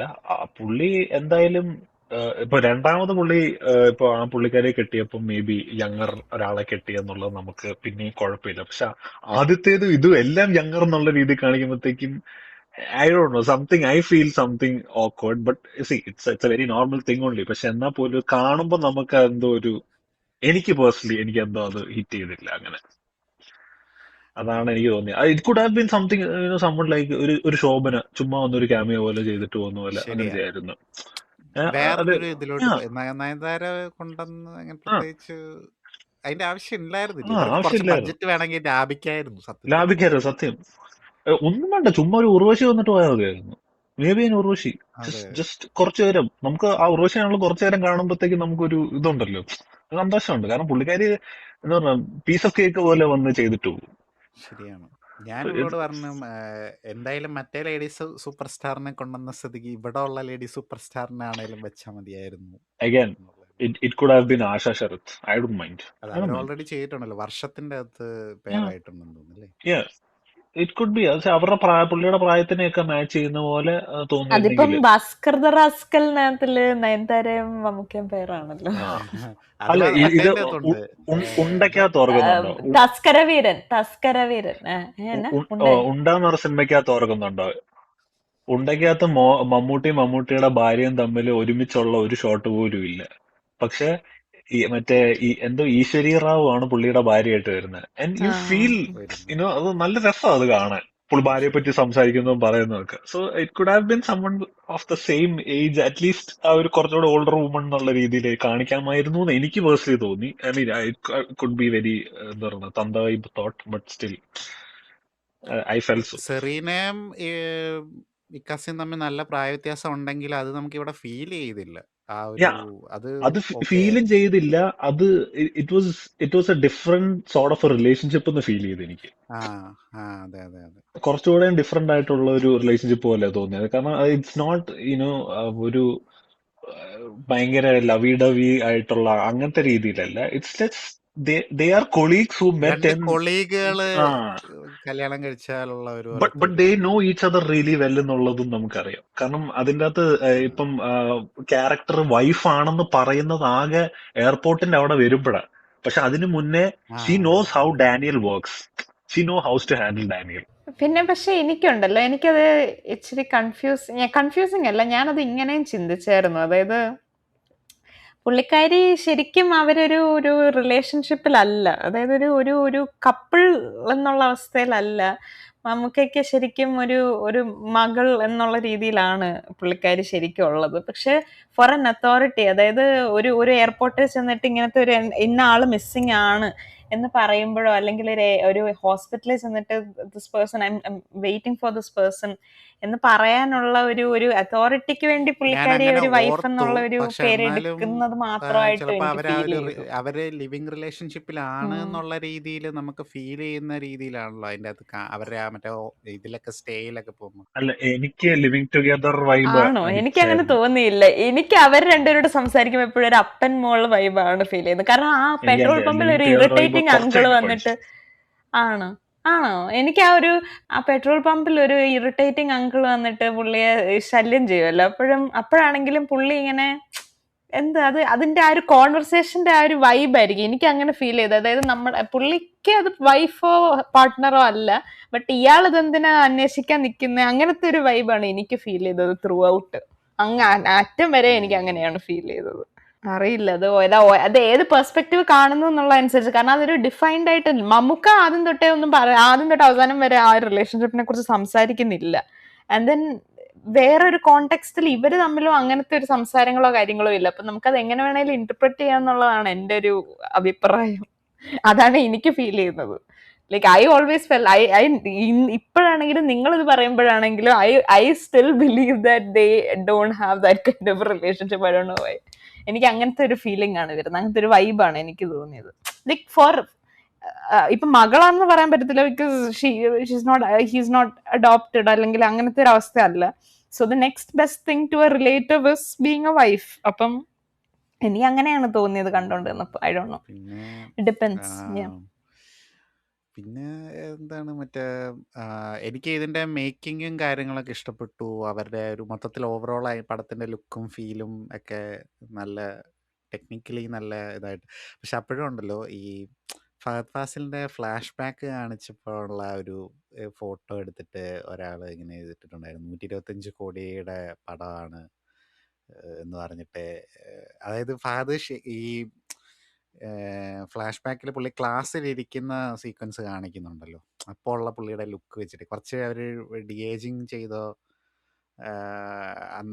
ഉള്ള ഒരു ഫോട്ടോ അങ്ങനെ ആ ഫോട്ടോ കാണുമ്പോൾ നമുക്ക് അങ്ങനെ തോന്നും. ഞാൻ ആദ്യം കണ്ടപ്പോഴത്തേക്ക് ഓർത്തു ഇപ്പോൾ പുള്ളിയുടെ ഇപ്പോഴത്തെ ഒരു ഫേഷ്യൽ സ്ട്രക്ചർ വെച്ചിട്ട് ആ താടി മൊത്തത്തിൽ ക്ലീൻ ഷേവ് ചെയ്തപ്പോൾ വന്ന ഒരു ഇച്ചിരി ഒരു വിയേഡ് ഇതായിട്ടാണ് ഞാൻ അന്നേരം ഓർത്തത്. പക്ഷെ അത് 125 കോടി പടമായിട്ട് ഇങ്ങനെയൊക്കെയാണോ എടുത്തു വെച്ചേക്കുന്നത് എന്നൊക്കെ അങ്ങനെയുള്ള ചിലർ ചോദിക്കുന്നുണ്ടായിരുന്നു. അപ്പം അങ്ങനത്തെ രീതിയിൽ പേഴ്സണലി എനിക്ക് അങ്ങനെ തോന്നിയില്ല. മൊത്തത്തിൽ കൊള്ളാം. എനിക്ക് ഇപ്പം മുടക്കിയ മറ്റേ ഇവൻ്റെ ബഡ്ജറ്റ് കറക്റ്റ് ആയിട്ട് യൂസ് ചെയ്ത പോലെ തോന്നിയ പേഴ്സണലി. ആ ശരിയാ. ഈ ജെറ്റ് സീക്വൻസിൻ്റെ കാര്യത്തിലേ ഒരു ഇത് തോന്നിയെന്ന് പറഞ്ഞു കഴിഞ്ഞാൽ അത് നന്നായിട്ടുണ്ട്. അതിൻ്റെ അകത്ത് അതിൻ്റെ ടെക്നിക്കൽ സംഭവങ്ങൾ എനിക്കറിയത്തില്ല. പക്ഷെ ഇങ്ങനെ ഒരു സംശയം ഇങ്ങനെ ഒരു ഇത് ഇങ്ങനെ കണ്ടായിരുന്നു. അതായത് യൂസ് ചെയ്യുന്ന ഇതെന്ന് പറഞ്ഞു കഴിഞ്ഞാൽ മിഗിൻ്റെ ഒരു മോഡലാണ്. പക്ഷെ അതിൻ്റെ അകത്ത് അതായത് ഈ മിഗിൻ്റെ അകത്ത് യൂസ് ചെയ്യുന്ന ഫുൾ അനലോഗ് സിസ്റ്റം ആണല്ലോ അതിൽ യൂസ് ചെയ്യുന്നത്. ഇത് വേറെ ഏതോ ഒരു പടത്തിൻ്റെ അകത്ത് ഈ ഒരു സംഭവം കണ്ടിട്ടുണ്ട് ഞാൻ. എനിക്ക് തോന്നുന്നു ടോപ്പ് ഗണ്ണിലാണോ, ടോപ്പ് ഗണ്ണിന്റെ ബീസ്റ്റ് അല്ല അകത്തുണ്ട്. ടോപ്പ് ഗണ്ണിന്റെ അകത്ത് മാവറിക്കിൻ്റെ അകത്തല്ലേ? ബീസ്റ്റ് ആണോ? മാവറിക്കിന്റെ അകത്ത് അവസാനം അവര് വേറെ എയർ ബേസിൽ ക്രാഷ് ലാൻഡ് ചെയ്യുമ്പോൾ അവിടെ നിന്ന് ഈ സാധനം എടുത്തോണ്ടല്ലേ വരുന്നത്, മിഗ് എടുത്തോണ്ടായിരുന്നു. ആ മിഗ് എടുത്തോണ്ടായിരുന്നു. അപ്പൊ ആൻഡ് അതിൻ്റെ അത് അകത്ത് ഫഹദ് ഫ്ലൈ ചെയ്യുന്നത് ആക്ച്വലി അത് ഇന്ത്യയുടെ തന്നെ ഏറ്റവും ഓൾഡസ്റ്റ് ജെറ്റ്സിൽ ഒന്നാണ്. അത് എനിക്ക് if I'm not wrong it's MiG-21. If I'm wrong please correct me. കാരണം MiG-21 ആണ് one of the oldest fighter jets എന്നാണ് പറയപ്പെടുന്നത്. അത് ഒരു ഓൾമോസ്റ്റ് 60 years ആയിട്ട് ഇന്ത്യയിലുള്ളതാണ്. അപ്പം അത് എന്തുകൊണ്ട് ഫഹദ് ഫ്ലൈ ചെയ്യുന്നു എന്നുള്ളതാണ് എനിക്ക് ലോജിക്കലി ചോദിക്കാൻ ആക്ച്വലി ഉള്ള ക്വസ്റ്റ്യൻ. കാരണം അത് വല്ല ട്രെയിനിങ്ങിന്റെ ഭാഗമാണോ അതോ I don't know why it was. ട്രെയിനിങ്ങിന്റെ ഭാഗമായിട്ടാണെന്നാണ് ഫീൽ ചെയ്തത്. അതായത് ട്രെയിനിങ്ങിന് വേണ്ടി പോയപ്പോൾ അവൻ അതിൻ്റെ ലിമിറ്റേഷൻസ് അവർ ക്രോസ് ചെയ്തു, അങ്ങനെ ഇത് മാൽ ഫങ്ഷൻ ആയി എന്നുള്ള രീതിയിലാണ് നമ്മൾ ഫസ്റ്റ് കാണിക്കുമ്പോൾ പറയുന്നത്. പക്ഷേ ഈ MiG-21 അകത്ത് ഈ പറഞ്ഞ പോലെ അനലോഗ് സിസ്റ്റം ആണല്ലോ. അപ്പോൾ അതിൻ്റെ അകത്ത് ഈ F-23 അകത്തൊക്കെ ഉള്ള പോലത്തെ ഇങ്ങനെ ഈ ഹഡും ഡിജിറ്റൽ ഹഡൊക്കെ എങ്ങനെ വന്നു എന്നുള്ള ഒരു ഇത് ആൾക്കാർ, ഞാനങ്ങനെ അത് അങ്ങനെ നിറ്റ്പിക്ക് ചെയ്തല്ലേ, ഇതെല്ലാം ഒരു മേക്ക് ബിലീഫ് അല്ലേ മോനെ എന്നുള്ള രീതിയിൽ ഞാനത് വിട്ട് കളഞ്ഞു. ചക്രവാണി പറഞ്ഞതില് ചെറിയൊരു ഇതുണ്ട്. ഞാനിപ്പം നമ്മുടെ ഗൂഗിൾ ചേച്ചിനോട് ചോദിച്ചപ്പം ചേച്ചി പറയുന്നത് Second MiG oldest, 21 second oldest ആണെന്നാണ് ചേച്ചി പറയുന്നത്. അതിന്റെ മറ്റേ പേര് എങ്ങനെ പ്രൊണൗൺസ് ചെയ്യുന്ന അറിയത്തില്ല. ഇറ്റ് ഇസ് SCPECAT, സീപ്പക്കാറ്റ് എന്നാണോ, എങ്ങനെ അത് yes. പ്രൊണൗൺസ് ചെയ്യുന്ന അറിയത്തില്ല. SCPECAT ജാഗ്വർ, അതാണ് പേര്. So, see, MiG-21, ഒന്നാമത്തെ കാര്യം ഫൈറ്റർ ജെറ്റ്സിന്റെ കാര്യത്തില് എനിക്ക് എന്റെ ഒരു ചെറിയ അറിവിൽ നിന്ന് ഞാൻ പറഞ്ഞുതരാം. ഫൈറ്റർ ജെറ്റ്സ് ആർ ലൈക്ക്, ഇപ്പൊ ഒരു എങ്ങനെ പറയുന്നത്, ഒരു A10 വാർത്തോഗ് എന്ന് പറയുന്ന, A10 എന്ന് പറഞ്ഞാൽ ലാലേട്ടനല്ല, സോറി, A10 വാർത്തോഗ്, ഏച്ചനല്ല, A10 വാർത്തോഗ് എന്ന് പറഞ്ഞ പ്ലെയിൻ എന്നൊക്കെ പറയുന്നത് 70s വന്നത്. അത് എനിക്ക് തോന്നുന്നു വിയറ്റ്നാം വാർ ആ ടൈമിലൊക്കെ ഫൈറ്റ് ചെയ്തിരുന്ന. പക്ഷെ അതിൻ്റെ അകത്ത് technology was far ahead of its time. ഇപ്പോഴത്തെ ഒരു F-35 ഒക്കെ ആണെങ്കിലും ഇറ്റ്സ് വെരി ഫ്യൂച്ചറിസ്റ്റിക്. സോ ഇപ്പൊ MIGക്കകത്ത് HUD സിസ്റ്റം ഉണ്ടോ എന്ന് ചോദിച്ചാൽ എക്സാക്ട്ലി എനിക്ക് അറിഞ്ഞുകൂടാ. പക്ഷെ there is A possibility because fighter jets are very futuristic. അത് അങ്ങനെയാണ് അവർ പണിയുന്നത് തന്നെ. സോ ഇപ്പം പക്ഷെ ഇത് കംപ്ലീറ്റ്ലി അനലോഗ് ആണ് ഈ സംഭവം. അപ്പൊ അതിൻ്റെ അകത്ത് ഡിജിറ്റൽ സംഭവം വരത്തില്ലല്ലോ എന്നുള്ള രീതിയിലാണ് ഒരു ചോദ്യം വന്നത്. നമുക്ക് ഓക്കെ, കുഡ് അറിയത്തില്ല. Be, I don't know. ആരെങ്കിലും ടെക്നിക്കലി അതെ അതിനെ പറ്റി അറിയാവുന്നവരുണ്ടെങ്കിൽ ഇതിന്റെ താഴെ പ്ലീസ് കമന്റ് ചെയ്ത് educate us also. That's what I am saying. അതെ, അതങ്ങനെ ഒരു ഇത് പറഞ്ഞു. ഞാനത് പറയാൻ കാര്യം എന്ന് വെച്ചാൽ ഞാൻ ഈ സംഭവം കണ്ടപ്പോഴൊന്നും അതിനെക്കുറിച്ചൊന്നും ചിന്തിച്ചില്ല. പക്ഷേ ആക്ച്വലി കാര്യം അത് it has N HUD, sorry, it has N HUD. ആണോ? അത് ഇപ്പൊ ഗൂഗിൾ ചെയ്ത് നോക്കിയാൽ അതിന്റെ അകത്ത് HUD കാണാൻ പറ്റും. Okay okay okay.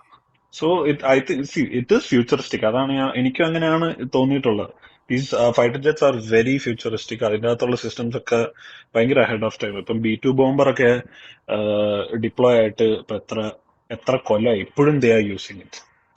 US ഇപ്പൊ ഇറാനിൽ നടത്തിയ വാറിന്റെ അകത്തൊക്കെ ആണെങ്കിലും B2 ബോംബറും A10 വാർത്തോഗും പിന്നെ ഈ സ്ട്രാറ്റോ ടാങ്കേഴ്സ് എന്നൊക്കെ പറഞ്ഞ സാധനങ്ങളൊക്കെ ഉണ്ട്. They are very old aircraft but they still relevant because their technology is much more future proof ആയിട്ടാണ് ചെയ്യുന്നത്. Future proof is the right word, I guess.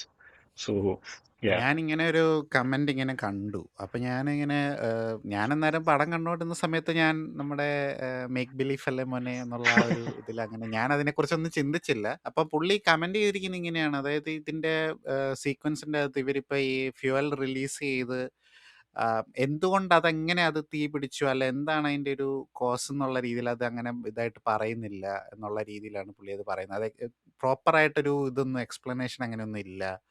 പക്ഷെ ഇത് ഓൾറെഡി അത് ടാമ്പർ ചെയ്തിട്ടുണ്ട് എന്നൊക്കെ കുഞ്ചാക്കോ ബോബൻ അത് പറയുന്നത്, അത് സഫീഷ്യൻ്റ് ആണെന്ന് എനിക്ക് തോന്നി. അതിനെക്കുറിച്ച് ഇപ്പോൾ കൂടുതൽ വന്ന് ക്ലാസ് എടുത്ത് പറയേണ്ട കാര്യമില്ലല്ലോ, അത് അണ്ടർസ്റ്റുഡ് ആണ്. അത് ഓവറാക്കി കഴിഞ്ഞാലും അത് കണ്ടോണ്ടിരിക്കുന്ന എല്ലാ ജനങ്ങൾക്കും അത് ദഹിച്ചേല, അത് ആവശ്യമുണ്ട്. ഇത് ഈ ആവശ്യമില്ലാത്ത സാധനമൊക്കെ എന്തിനാണ്, ഇതൊക്കെ എന്തിനാണ് ഞങ്ങളോട് പറയുന്നത് എന്നുള്ള സാധനമായിരിക്കും. പിന്നെ എനിക്ക് പടത്തിൽ ഇഷ്ടപ്പെട്ട ഒരു സംഭവം എന്ന് വെച്ച് കഴിഞ്ഞാൽ, ഓൾറെഡി എനിക്ക് ഇങ്ങനത്തെ ഈ എന്താ പറയുന്നത്, നമ്മുടെ ഇപ്പം നമ്മൾ യൂസ് ചെയ്യുന്ന ലാപ്ടോപ്പ് അല്ലെങ്കിൽ മൊബൈൽ അല്ലെ വീട്ടിലുള്ള ഇനിയിപ്പോൾ പേര് പറഞ്ഞ ഉടനെ ചേച്ചി എഴുന്നേക്കുമെന്ന് അറിയില്ല, ഗൂഗിൾ മിനി അങ്ങനത്തെ സാധനങ്ങളൊക്കെ അല്ലെ അലക്സ പോലുള്ള ഐറ്റംസ് ഒക്കെ വെച്ചിട്ട് നമ്മുടെ പറയുന്നതൊക്കെ കേൾക്കുന്നുണ്ട്. നമ്മൾ എന്തെങ്കിലും ഒരു കോൺവെർസേഷൻ പറയുകയാണെങ്കിൽ അതിൽ എന്തെങ്കിലും ഒരു പ്രോഡക്റ്റിൻ്റെ പേര് നമ്മൾ മെൻഷൻ ചെയ്യുകയാണെങ്കിൽ അത് നമുക്ക് ആമസോണിൻ്റെ അകത്ത് നമുക്ക് സജഷനായിട്ട് വരുന്നു. അങ്ങനെയുള്ള പാരനോയൊക്കെ ഓൾറെഡി ഉണ്ടല്ലോ. അപ്പം അതിൽ ഇക്കാസി പറഞ്ഞൊരു സംഭവമുണ്ട്, നിങ്ങളുടെ പഴയ ഫോണ് എക്സ്ചേഞ്ച് ചെയ്ത് പുതിയത് എടുക്കുന്നതിൻ്റെ കഴിവതും ഒഴിവാക്കുക.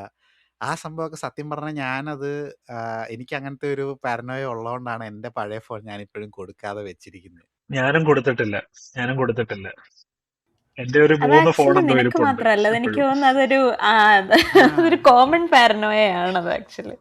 ഇറ്റ്സ് വെരി അത് നോർമൽ ടു ഫീൽ പെമ്പിള്ളാർക്ക് ദാറ്റ് കുറച്ച് വേ. കൂടുതലാണ് ആ പാരനോയ. കാരണം നമുക്ക് കുറച്ചും കൂടെ അല്ല, കടയിൽ കൊടുക്കുമ്പോഴാണെങ്കിലും ഇപ്പോൾ സാംസങ്ങിൻ്റെ അകത്തൊക്കെ മറ്റേ അവർ റിപ്പയർ ചെയ്യാൻ വേണ്ടിയിട്ട് നമ്മൾ കൊടുക്കുമ്പോൾ റിപ്പയർ ചെയ്യാൻ അതിനൊരു മോഡ് അങ്ങനത്തെ സംഭവമൊക്കെ ഉണ്ട് എന്നൊക്കെ പറയുന്നുണ്ട്. പക്ഷെ എന്നാലും ഞങ്ങൾക്ക് നമുക്ക് നമ്മുടെ ഗ്രൂപ്പിലെ ചിട്ടിയുടെ കയ്യിൽ ഫോൺ കൊടുക്കാൻ തന്നെ എനിക്ക് പേടിയായിരുന്നു. അല്ല അത് അവൻ കൊടുത്തതിന്റെ ഫലം നമ്മൾ വൈറൽ തീർച്ചയായും അല്ല സീരിയസ് ആയിട്ടും, കാരണം പുള്ളി തന്നെ, അതായത് പുള്ളി ഇച്ചിരി ടെക്നോളജിക്കലി അഡ്വാൻസ്ഡ് ആയിട്ടുള്ള ഞങ്ങളുടെ ഒരു മെമ്പറാണ്. അപ്പൊ പുള്ളി ഇങ്ങനെ പറയാറുണ്ട്, അതായത് കടയിലൊക്കെ കൊടുക്കുമ്പോഴത്തേനും അവര് എല്ലാ സാധനങ്ങളും ആക്സസ് ചെയ്യാൻ അവർക്ക് പറ്റും, അതുകൊണ്ട് കടയിലൊക്കെ റിപ്പയർ ചെയ്യാൻ തന്നെ കൊടുക്കുന്നത് ഇച്ചിരി ഡേഞ്ചറസ് ആണ് എന്ന് അദ്ദേഹം പറഞ്ഞിട്ടുണ്ട്.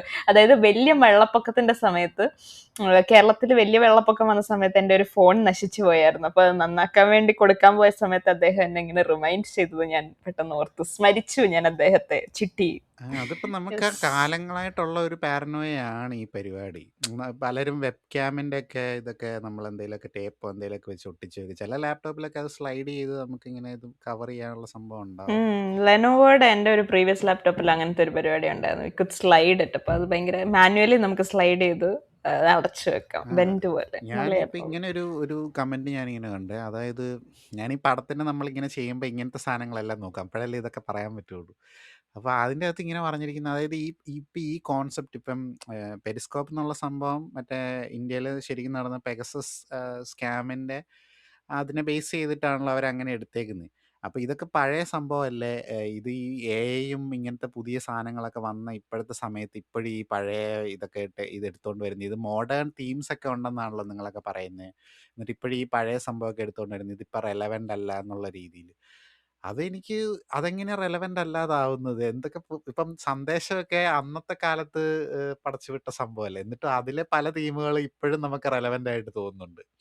അപ്പൊ ഈ സംഭവമൊക്കെ ഇപ്പോഴും എന്നല്ല, ഈ ടെക്നോളജി ഉള്ളിടത്തോളം കാലം എത്ര കാലമാണെങ്കിലും അത് നമുക്ക് റെലവൻ്റ് ആണ്. പ്രത്യേകിച്ച് ആ ഫോണിന്റെ കാര്യമൊക്കെ പറഞ്ഞത് ആക്യുറേറ്റ് ആണ്. കാര്യം ഇവര് പഴയ ഫോൺ എടുത്തിട്ട് പുതിയ ഫോൺ, അത് നമ്മുടെ ഡേറ്റ ഇപ്പം ഒന്നും വേണ്ട, ഇരുമ്പ് തിരക്കകത്ത് അർജുൻ പഴയ അവർ ഡിസ്കാർഡ് ചെയ്ത ലാപ്ടോപ്പുകളും മറ്റേ കമ്പ്യൂട്ടറുകളും CPU കുന്തമൊക്കെ വെച്ചിട്ട് അതിൽ നിന്ന് ഡേറ്റ ഫാം ചെയ്യുന്ന രീതിയിൽ കാണിക്കുന്നുണ്ട്. അപ്പോൾ ഇത് ഒരു കാലത്ത് നമ്മളൊരു സംഭവം ഡിജിറ്റലി എന്തെങ്കിലും ഒരു ഡേറ്റ ഉണ്ടെങ്കിൽ അത് നശിച്ചു പോകത്തില്ല. എനർജി കനോട്ട് ബി ഡിസ്ട്രോയിഡ് എന്ന് പറയുന്ന പോലെയാണ് ഈ സാധനവും. ഇത് ഏതെങ്കിലും ഞാൻ കാക്കാമേനല്ലേ? പെട്ടെന്ന് കാക്കാമാനെ ഓർത്തു. ഓർമ്മയാണോ? ഈ ഈ സംഭവമാണെങ്കിലും നമുക്ക് ഒന്നും വേണ്ട, നമ്മുടെ ഫോണുകളിൽ തന്നെ നമ്മൾ ഡിലീറ്റ് ചെയ്ത ഫോട്ടോസ് റിക്കവർ ചെയ്യാനുള്ള ആപ്പുകളും കാര്യങ്ങളൊക്കെ ഉണ്ടല്ലോ. പെർമനൻ്റ്ലി ഡിലീറ്റ് ചെയ്തു എന്ന് നമ്മൾ ഗാലറിയിൽ നിന്ന് കളഞ്ഞു എന്ന് പറഞ്ഞ സാധനം പോലും നമുക്ക് റിക്കവർ ചെയ്യാൻ പറ്റുന്ന ഐറ്റംസ് ഒക്കെ ഉണ്ടല്ലോ. അപ്പം ഇതൊക്കെ നമ്മുടെ ഡേറ്റ എന്ന് പറയുന്നത് ഈ പറഞ്ഞ പോലെ വല്ലവനും വിചാരിച്ചാൽ ആക്സസ് ചെയ്യാൻ പറ്റുന്ന രീതിയിലാണുള്ളത്. ഞാനിങ്ങനെ കുമാരിയോട് പറഞ്ഞായിരുന്നു, ഇവിടെ ഞാനൊരു ആഡ് ഇങ്ങനെ കാണാറുണ്ട്. അതായത് ഇങ്ങനെ ഗൂഗിളിലൊക്കെ, ഗൂഗിൾ പോലുള്ള അല്ലെ അങ്ങനത്തെ കമ്പനികളിലൊക്കെ നമ്മുടെ ഈ നമ്മുടെ ഡേറ്റ അവർ കളക്ട് ചെയ്യുമല്ലോ. അപ്പം അത് ഡിലീറ്റ് ചെയ്യാനായിട്ട് സഹായിക്കുന്ന ഒരു കമ്പനി, അതായത് കോർട്ടിൻ്റെ ഇത് വെച്ചിട്ട് നമുക്ക് വേണമെങ്കിൽ അവരോട് ആവശ്യപ്പെട്ട് നമ്മുടെ ഡേറ്റ അത് ഡിലീറ്റ് ചെയ്യണം, സ്റ്റോർ ചെയ്യരുത് എന്ന് പറയാൻ പറ്റും. അപ്പം അത് ഈ പണി നമുക്ക് വേണ്ടി ഇവർ ചെയ്തു തരും.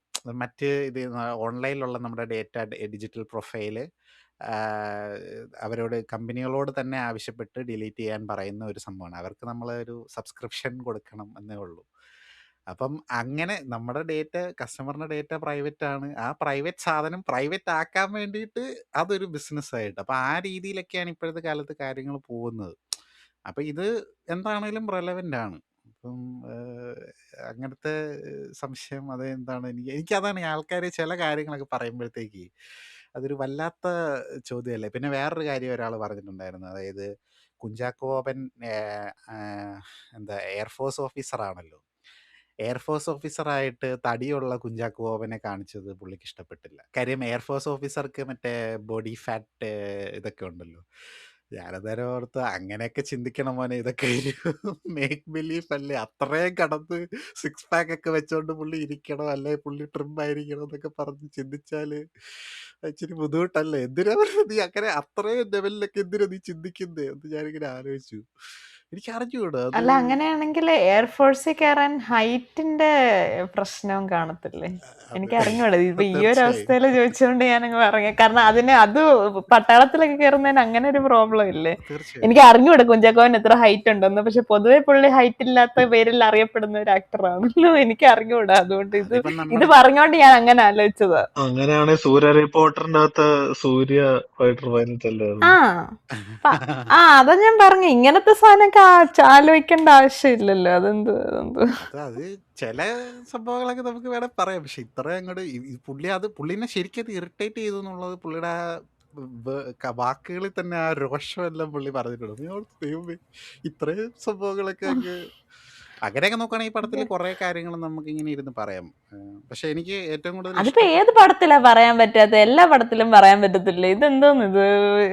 ചുമ്മാ അത് ഇതൊക്കെ ആവശ്യമില്ലാത്ത ഒരു മേക്ക് ടൈപ്പിലുള്ള ബിലീഫ് ആയിട്ടങ്ങ് സ്ക്രൂട്ടിനി ഒക്കെ. വിട്ട് കളയുക, ലാലേഷൻ പറയുന്ന പോലെ. അതാണ് ഇതിന്റെ ഒരു എനിക്ക് വേറൊരു കാര്യം ഏറ്റവും ഇഷ്ടപ്പെട്ടതെന്ന് വെച്ചാൽ, ഇപ്പം ഇതിൻ്റെ അകത്ത് പല സീക്വൻസുകളും ഇപ്പം നമ്മുടെ കയ്യിൽ നടന്ന സംഭവങ്ങളിൽ നിന്ന് എടുത്തിട്ട് അവർ ഇതിനകത്ത് കൊണ്ടുവന്നിരിക്കുന്ന പരിപാടി. അതായത് ഇപ്പം പെരിസ്കോപ്പ് എന്നുള്ള മറ്റേ പെഗസസ് അതിൻ്റെ ഇതാണേലും, പിന്നെ ഇപ്പം ഇക്കസിനെ കിഡ്നാപ്പ് ചെയ്യാൻ വേണ്ടിയിട്ട് മറ്റേ നെർവ് ഏജന്റ് തേച്ച പരിപാടി, റിയൽ ലൈഫിൽ കിം ജോങ് ഉങ്ങിൻ്റെ സഹോദരൻ പുള്ളീനെ അങ്ങനെയാണ് അസാസിനേറ്റ് ചെയ്തത്. എയർപോർട്ടിൽ വെച്ചിട്ട് ഇതുപോലെ പ്രാങ്ക് ആണെന്ന് പറഞ്ഞിട്ട് പുള്ളിയുടെ മുഖത്ത് കൊണ്ടുപോയി തേച്ച് എന്തോ ഇതിൻ്റെ പേര് പറയുന്നുണ്ടല്ലോ, നെർവ് ഏജന്റിൻ്റെ. അതിൻ്റെ പേര് ഞാൻ മറന്നുപോയി.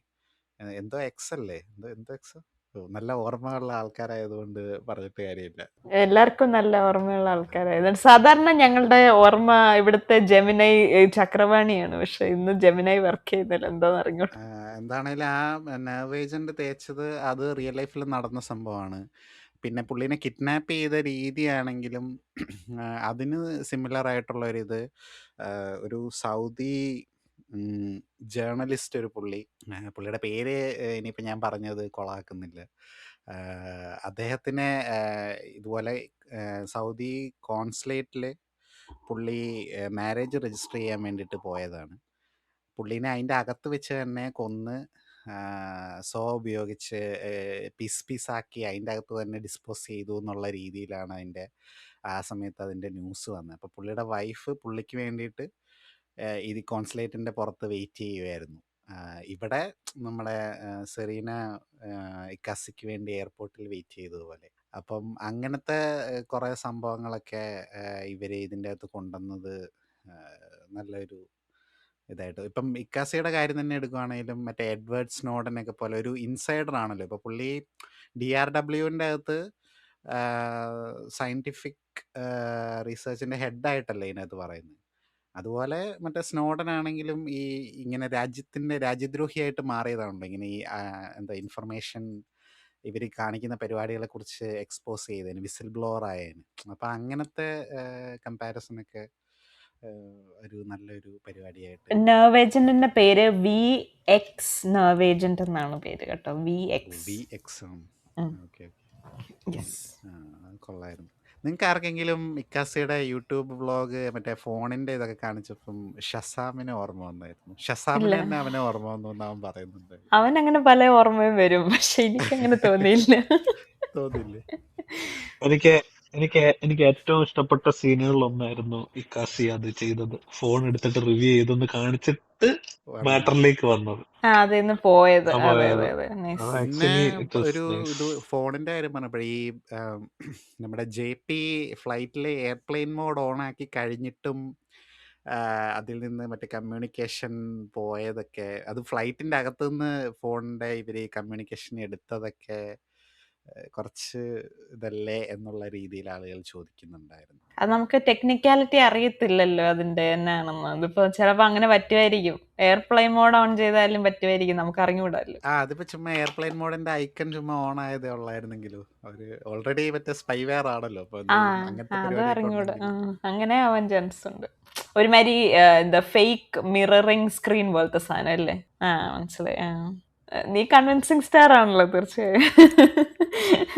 അല്ല അത് അങ്ങനെ അല്ല അങ്ങനെ അത് ഇതിപ്പം നമുക്ക് അറിയത്തില്ല. അത് ഹാക്കിംഗ് ഒക്കെ അറിയാവുന്ന അല്ലെങ്കിൽ ഈ IT മേഖലയിൽ പണിയെടുക്കുന്നവരോട് ചോദിക്കേണ്ടി വരും. നമുക്ക് സരോജി ഉണ്ടായിരുന്നെങ്കിൽ ചോദിക്കായിരുന്നു. സരോജി IT-യിൽ വർക്ക് ചെയ്യുന്ന ആളാണ്. പക്ഷേ ഉം. അറിഞ്ഞൂടാ. പിന്നെ ചിലർ പറയുന്നുണ്ടായിരുന്നു ലാലേട്ടൻ മറ്റേ ഇവര് വീട്ടിലോട്ട് വരുമ്പോഴത്തേക്ക് മറ്റേ ബുള്ളറ്റ് ചൂടാക്കാൻ വെക്കുന്നത് മൈക്രോവേവിന്റെ അകത്ത് സാധനം വെച്ച് പൊട്ടിത്തെറിപ്പിക്കുന്നതൊക്കെ അതിപ്പോ നമ്മൾ കുറെ പടത്തിൽ അത് വേറെ കണക്ക് കണ്ടിട്ടുള്ളതാണല്ലോ. പടത്ത് ഞാൻ കണ്ടിട്ടുള്ളതാ.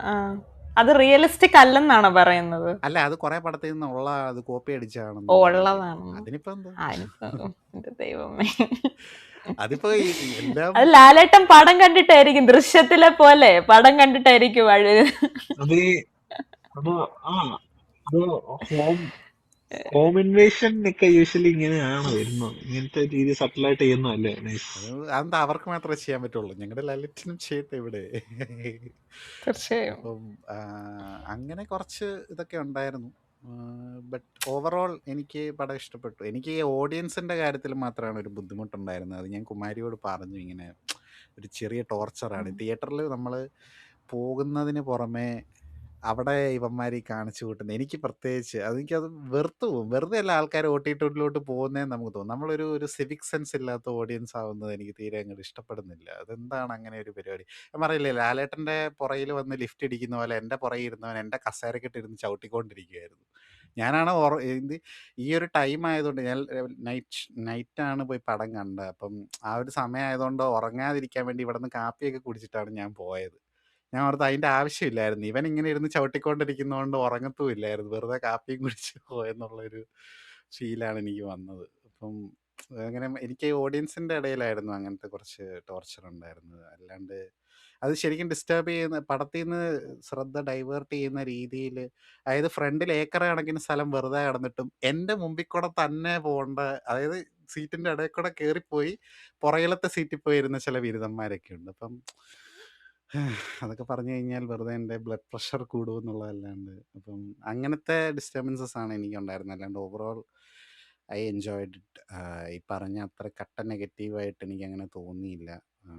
പിന്നെ ക്യാരക്ടേഴ്സൊക്കെ ആണെങ്കിലും അവർ ആവശ്യത്തിന് എല്ലാവർക്കും ജസ്റ്റിഫിക്കേഷൻ ചെയ്തു എന്നാണ് എനിക്ക് തോന്നുന്നത്.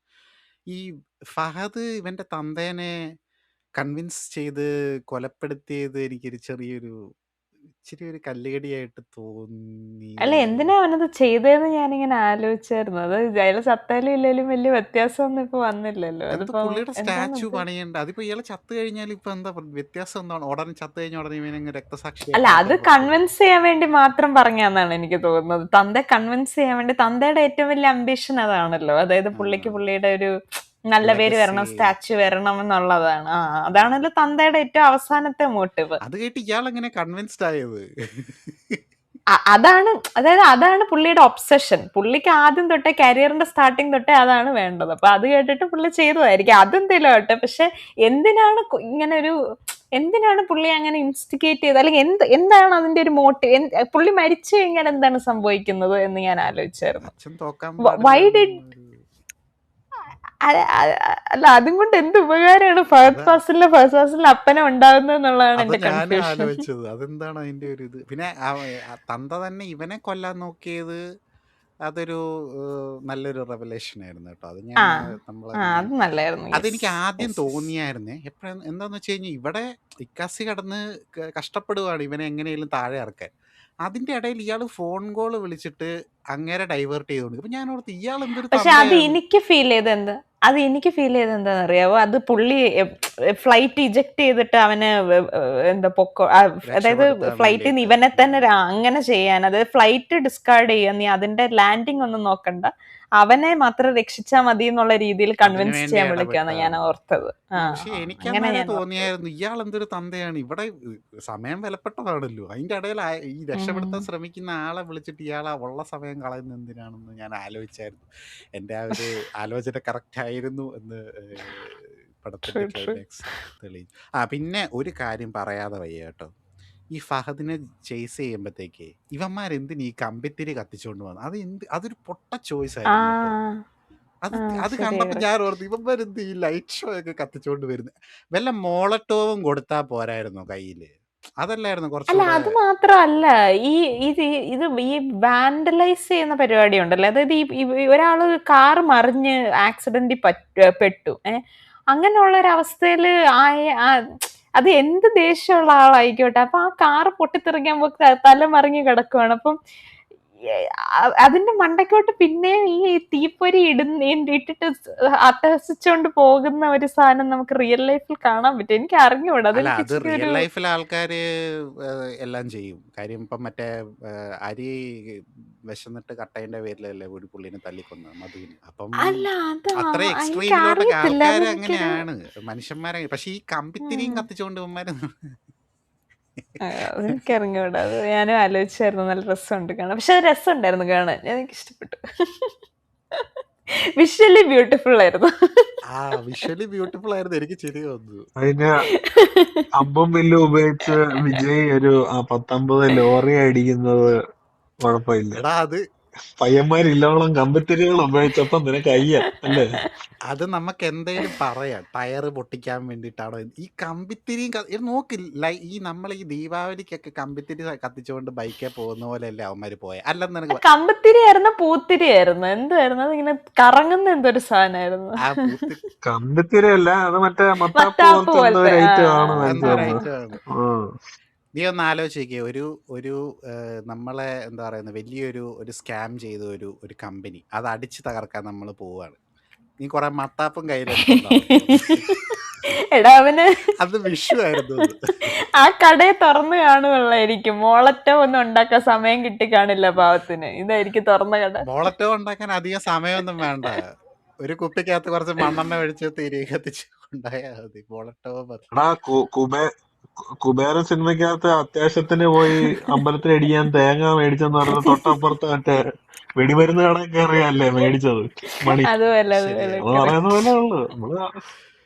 അല്ല, അത് വല്ല ഗുണ്ടോ വല്ലോ ആയിരുന്നെങ്കിൽ പിന്നെ കുഴപ്പമില്ല. ഈ കമ്പിത്തിരി കത്തിച്ചോണ്ട് അല്ലാതെ പുള്ളിയെ പേടിപ്പിക്കാൻ വേണ്ടി മാത്രമാണെന്നാണ് എനിക്ക് ഫീൽ ചെയ്തത്. അങ്ങനെ വേണേ നമുക്ക് ചിന്തിക്കാമല്ലോ, അതായത് പുള്ളിയെ ചുമ്മാ ഒന്ന് പേടിപ്പിക്കണം എന്നുള്ള രീതിയിൽ. കമ്പിത്തിരി ഈ കത്തിച്ച ഈ അതായത് നമ്മുടെ ATC ടവർ ഉണ്ടല്ലോ, എയർ ട്രാഫിക് കൺട്രോളിംഗ് ടവർ ഇരുന്ന് പൈലറ്റിനെ ഗൈഡ് ചെയ്ത ഏറ്റവും ഐക്കോണിക് സീനായിരുന്നു മറ്റേ ത്രീ നമ്മുടെ കിങ്സ്. ഇതിന്റെ അകത്ത് ത്രീ കിങ്സിന്റെ അകത്ത്. അത് ഞാൻ ഓർത്ത് ശാ- വെച്ചത് കണ്ടപ്പോ. ശാന്തൻ മകൻ പ്രശാന്തൻ, എനിക്കത് ഭയങ്കര ഇഷ്ടമുള്ളൊരു സീനായിരുന്നു. അല്ല, അങ്ങനത്തെ പടത്തിലാണ് ഇതെങ്കിലും നമുക്ക് മനസ്സിലാക്കാം. കമ്പിത്തിരി അല്ല പൂത്തിരി എന്താന്ന് വെച്ചാ.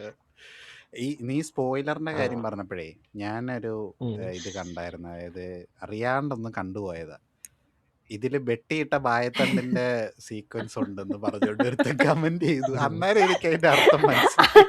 അപ്പൊ പുരിയില്ലേ, ഇപ്പൊ പുരിയത്. പിന്നെയാണത് പിടികിട്ടിയത് വെട്ടിയിട്ട ബായത്തണ്ട് എന്താന്ന്. പുള്ളി മണ്ടിനാ കേട്ടോ, പുള്ളി സ്പോയിലറാണ്, ഹെവി സ്പോയിലറാണ് പറഞ്ഞെങ്കിലും ഞാൻ ഓർത്ത് വല്ല ഡയലോഗും ആയിരിക്കും. എനിക്ക് ആക്ച്വലി ഞാൻ സിനിമ എനിക്ക് പേഴ്സണലി സിനിമ ഈ നിങ്ങളെ രണ്ടുപേരുടെയും പോലെ തന്നെ എനിക്ക് വർക്കായി. പക്ഷെ for me first half was too damn good. അതിന്റെ ഒരു പ്രഷർ, അതായത് first half gave us too much hopes I feel. അത് കുറച്ചുകൂടെ വലിയ രീതിയിലുള്ള എന്തോ സാധനം റിവീൽ ആവാൻ പോകുന്ന പോലെ, എനിക്ക് അൺഫോൾഡ് ചെയ്യാൻ പോകുന്ന പോലെ എനിക്ക് തോന്നി. അത് കിട്ടിയില്ല, ബട്ട് ദാറ്റ് ഇസ് ഫൈൻ. പക്ഷെ എന്നാൽ പോലും വേറെ എലമെന്റ്സ് ഉണ്ടായിരുന്നു അതിൻ്റെ അകത്ത്. എനിക്ക് മെയിൻ ആയിട്ട് പ്രശ്നം തോന്നി എന്താന്ന് വെച്ചാല് ചില പ്ലോട്ട് പോയിന്റ്സുകളൊക്കെ വേണ്ടിയ രീതിയിൽ അവര് എക്സ്പ്ലോർ ചെയ്തില്ല, അല്ലെങ്കിൽ അതിനൊരു അറ്റൻഷൻ കൊടുത്തില്ല എന്ന് എനിക്ക് തോന്നി. അതായത് ഫഹദ് ഫാസിലിന്റെയും അവന്റെ അച്ഛനും തമ്മിലുള്ള റിലേഷൻഷിപ്പ്, അതിന്റെ ഒരു ടോക്സിസിറ്റിയോ അല്ലെങ്കിൽ അങ്ങനത്തെ എന്തെങ്കിലും ഒരു കാര്യം കുറച്ചുകൂടെയും ഡീപ്പറായിട്ട് കാണിക്കാൻ പറ്റും. സ്പൂൺ ഫീഡ് ചെയ്യണമെന്ന് ഞാൻ പറയുന്നില്ല, പക്ഷെ it could have, I mean they could have added a certain level of depth to it. എനിക്ക് ഈ മഹേഷ് നാരായണന്റെ ഫിലിം മേക്കിംഗ് സ്റ്റൈലും പരിപാടിയൊക്കെ എനിക്ക് ഭയങ്കര ഇഷ്ടമായി. ഈ പത്രത്തിൽ നിന്ന് എഴുതി വരുന്നതും ആ ഒരു നറേഷൻ കൊടുക്കത്തില്ലേ, വോയിസ് ഓവർ കൊടുക്കുന്നതും ഒക്കെ. അത് മാലിക്കിലാണെങ്കിലും ത്രൂ ഔട്ട് ഉണ്ട്. അവന്റെ ഉമ്മ സംസാരിക്കുന്നതായിട്ട്, സുലൈമാന്റെ ഉമ്മ സംസാരിക്കുന്നതായിട്ടും, പിന്നെ വിനയ് ഫോർട്ടിന്റെ ക്യാരക്ടർ സംസാരിക്കുന്നതായിട്ടൊക്കെ ഉണ്ട്. അപ്പം പേഴ്സണലി എനിക്ക് ഫൈറ്റ്, ഇപ്പൊ നിങ്ങൾ പറഞ്ഞ പോലെ ഫൈറ്റ് സീക്വൻസും എനിക്ക് ലാലേട്ടന്റേത് വർക്കായി. പക്ഷെ മമ്മൂക്കയുടേത് ഈ പറയുന്ന പോലെ അവിടെ ഇവിടെ വേറെ ഡബിൾ വന്ന് ഫൈറ്റ് ചെയ്യുന്ന പോലെ ഒരു വൈബ് എനിക്ക് സത്യം പറഞ്ഞ അടിച്ചു. അത് അത് നമുക്ക് ഞാൻ പിന്നെ കാണാൻ പോട്ടെ. പറ്റും. അത് ആ, ഇറ്റ്സ് ക്വൈറ്റ് എവിഡന്റ്. പിന്നെന്താന്ന് പറഞ്ഞാൽ നമ്മളെ എന്തിനൊക്കെ അംഗീകരിച്ച ടീം ആയതുകൊണ്ട് നമുക്ക് ഇത് അങ്ങ് കണ്ണടച്ചങ്ങ് വിടാം എന്നുള്ളത് ഞാൻ പറയുന്നുള്ളൂ.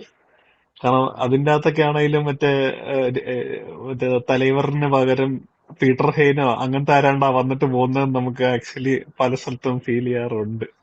അപ്പൊ അത്രയും എവിഡന്റ് അല്ലായിരുന്നു. ഇത് അവിടെ ഇവിടേക്ക് ഇച്ചിരി ഷെയ്ക്കി ആയിട്ടാ ക്യാമറ വർക്ക് ചെയ്തത്. ഇച്ചിരി ഷെയ്ക്കിയോ? ബാക്കി ഷെയ്ക്ക് അവിടെ പോയി എനിക്കൊരുമാതിരി കുലുക്കി അടിക്കുന്ന അവസ്ഥയായിട്ട് ഫീൽ ചെയ്തു. അല്ല, ഐ ആക്ച്വലി ഡോണ്ട് മൈൻഡ്. കാരണം ഞാൻ ഓ അതിന്റെ നോ ഒരു ഐ ഫാനാണ്. Get I need to see. എനിക്കുണ്ടല്ലോ, എന്നെ സംബന്ധിച്ച് എന്തുവാ ഈ ആരെ അടിക്കുന്നതെന്നെങ്കിലും നമുക്ക് കാണണ്ടേ, especially in that flight sequence we couldn't. ആ കണ്ടോണ്ടിരിക്കുന്ന മനുഷ്യൻ ആരെ അടിക്കുന്നത്? മമ്മൂക്കയ്ക്കാണ് അടി കൊള്ളുന്നത് അതോ മറ്റേ ബാക്കിയുള്ള പിള്ളേർക്കാണ് അടി കൊള്ളുന്നത്? വാട്ട് ഈസ് ഗോയിങ് ഓൺ എന്ന് മനസ്സിലാക്കണ്ടേ? ഒരു പഞ്ച് മറ്റേ ആളുടെ മോന്തയ്ക്ക് ലാൻഡ് ചെയ്യുന്ന ഫുള്ളായിട്ട് കാണിക്കണ്ട, പക്ഷെ പഞ്ച് ആരുടെ മേന്തൊക്കെയാ ലാൻഡ് ചെയ്യുന്നത് മനസ്സിലാക്കണ്ടേ? I don't mind. Personally I don't mind it. കാരണം എന്താ പറയുക, ഞാൻ ഈ ഭയങ്കര സ്റ്റഡി ക്യാമായിട്ട്, അതായത് ഷോർട്ട് ഡിവിഷൻ ചെയ്തിട്ടുള്ള ഫൈറ്റുകൾ മലയാളത്തിലൊക്കെ കണ്ട് മടുത്തു. ഇത് നമ്മൾ പല ഹോളിവുഡ് സിനിമകൾ കണ്ടാലും കുറെ ഫൈറ്റുകളൊക്കെ ആര് തമ്മിലാന്നുള്ളതൊന്നും ശരിക്കും പക്ഷെ ഇറ്റ് ഇസ് മോർ നമുക്ക് അറിയത്തില്ല. ഡിഫൈൻഡ്. പക്ഷെ there is it's some more sort of an action defined. going on. അങ്ങനെ പറഞ്ഞാലും അങ്ങനെ ഇപ്പൊ നോട്ട് റിയലി, നോട്ട് റിയലി. ഇപ്പൊ ടെനറ്റിന്റെ അകത്ത് കുറെ സീനിന്റെ അകത്ത് ആര് തമ്മിലാ ഫൈറ്റ് ചെയ്യുന്നതെന്നൊന്നും നമുക്ക് മനസ്സിലാകത്തില്ല പെട്ടെന്ന്. നമുക്ക് പെട്ടെന്ന് പിടി അതിന്റെ കിട്ടത്തില്ല. അകത്ത് പിന്നെ മറ്റേ റിവേഴ്സ് പരിപാടിയും കൂടെ ഇൻവോൾവ് ആണല്ലോ. അപ്പൊ ഒരു കൂടുതൽ കൺഫ്യൂഷൻ ഉണ്ടാക്കും. സ്റ്റിൽ എന്നാലും നമുക്കിപ്പം അതിന്റെ ഇൻട്രോ സീനിന്റെ അകത്ത് എന്തൊക്കെയാ നടക്കുന്നത്, ആര് തമ്മിൽ എന്താ ചെയ്യുന്നതെന്നുള്ളതൊന്നും പെട്ടെന്ന് നമുക്ക് പിടി കിട്ടൂല. ഇപ്പം ഡാർക്ക് നൈറ്റിന്റെ അകത്ത് കുറെ ബാറ്റ്മാന്റെ ഫൈറ്റ് സീക്വൻസിന്റെ അകത്ത് പുള്ളിക്കാണ് ഇടി കിട്ടുന്നത്, പുള്ളിയാണ് ദാറ്റ് ഈസ് എ ഇടിക്കുന്നത്. നമുക്ക് ഡിഫറെന്റ്, പെട്ടെന്ന് that is A very different type of fight. അതിനെ ഇതുമായിട്ട് നമുക്ക് കമ്പയർ ചെയ്യാൻ പറ്റൂല. അല്ല, ഞാൻ പറയുന്നത് ജനറലി ഞാൻ പറയുന്നത് ഫൈറ്റ് സീക്വൻസിന്റെ കാര്യം. അതായത് ഇതിന്റെ അകത്ത് ഉള്ള ഫൈറ്റ് സീക്വൻസ് യൂഷ്വലി ഉള്ള മലയാളം പടത്തിൽ വരുന്ന പോലെ ഓവർ ദ ടോപ്പ് അല്ല. അപ്പം എനിക്ക് പേഴ്സണലി ക്യാമറ മൂവ്മെന്റ്സ് ഒന്നും അങ്ങനെ പ്രശ്നം തോന്നിയില്ല. കാരണം കുറെ സീനിന്റെ അകത്ത് ഇപ്പം നമ്മുടെ ATC ടവറിൽ മമ്മൂട്ടി ഇരുന്ന് സംസാരിക്കുന്ന സീനിന്റെ അകത്ത് ഒരു ഷോട്ട് ഉണ്ട്. I mean, if I was a cameraman that's exactly what I would do. അത് ടെൻഷൻ ക്രിയേറ്റ് ചെയ്യുന്നത്. കാരണം അവിടെ ഫഹദ് ഫാസിലിന്റെ സീൻ കാണിക്കുമ്പോൾ അതിന്റെ അകത്ത് എയർക്രാഫ്റ്റ് ഷേക്ക് ചെയ്യുന്നുണ്ട്. അപ്പൊ ഇവിടുത്തെ ടെൻഷൻ കാണിക്കുന്നത് എങ്ങനെയാന്ന് പറഞ്ഞാല്, മമ്മൂട്ടി വായിക്കുന്ന ഗൈഡും മമ്മൂട്ടിയും തമ്മില് മാറി മാറി മാറി മാറി ഇങ്ങനെ ക്യാമറ കാണിക്കുന്നുണ്ട്.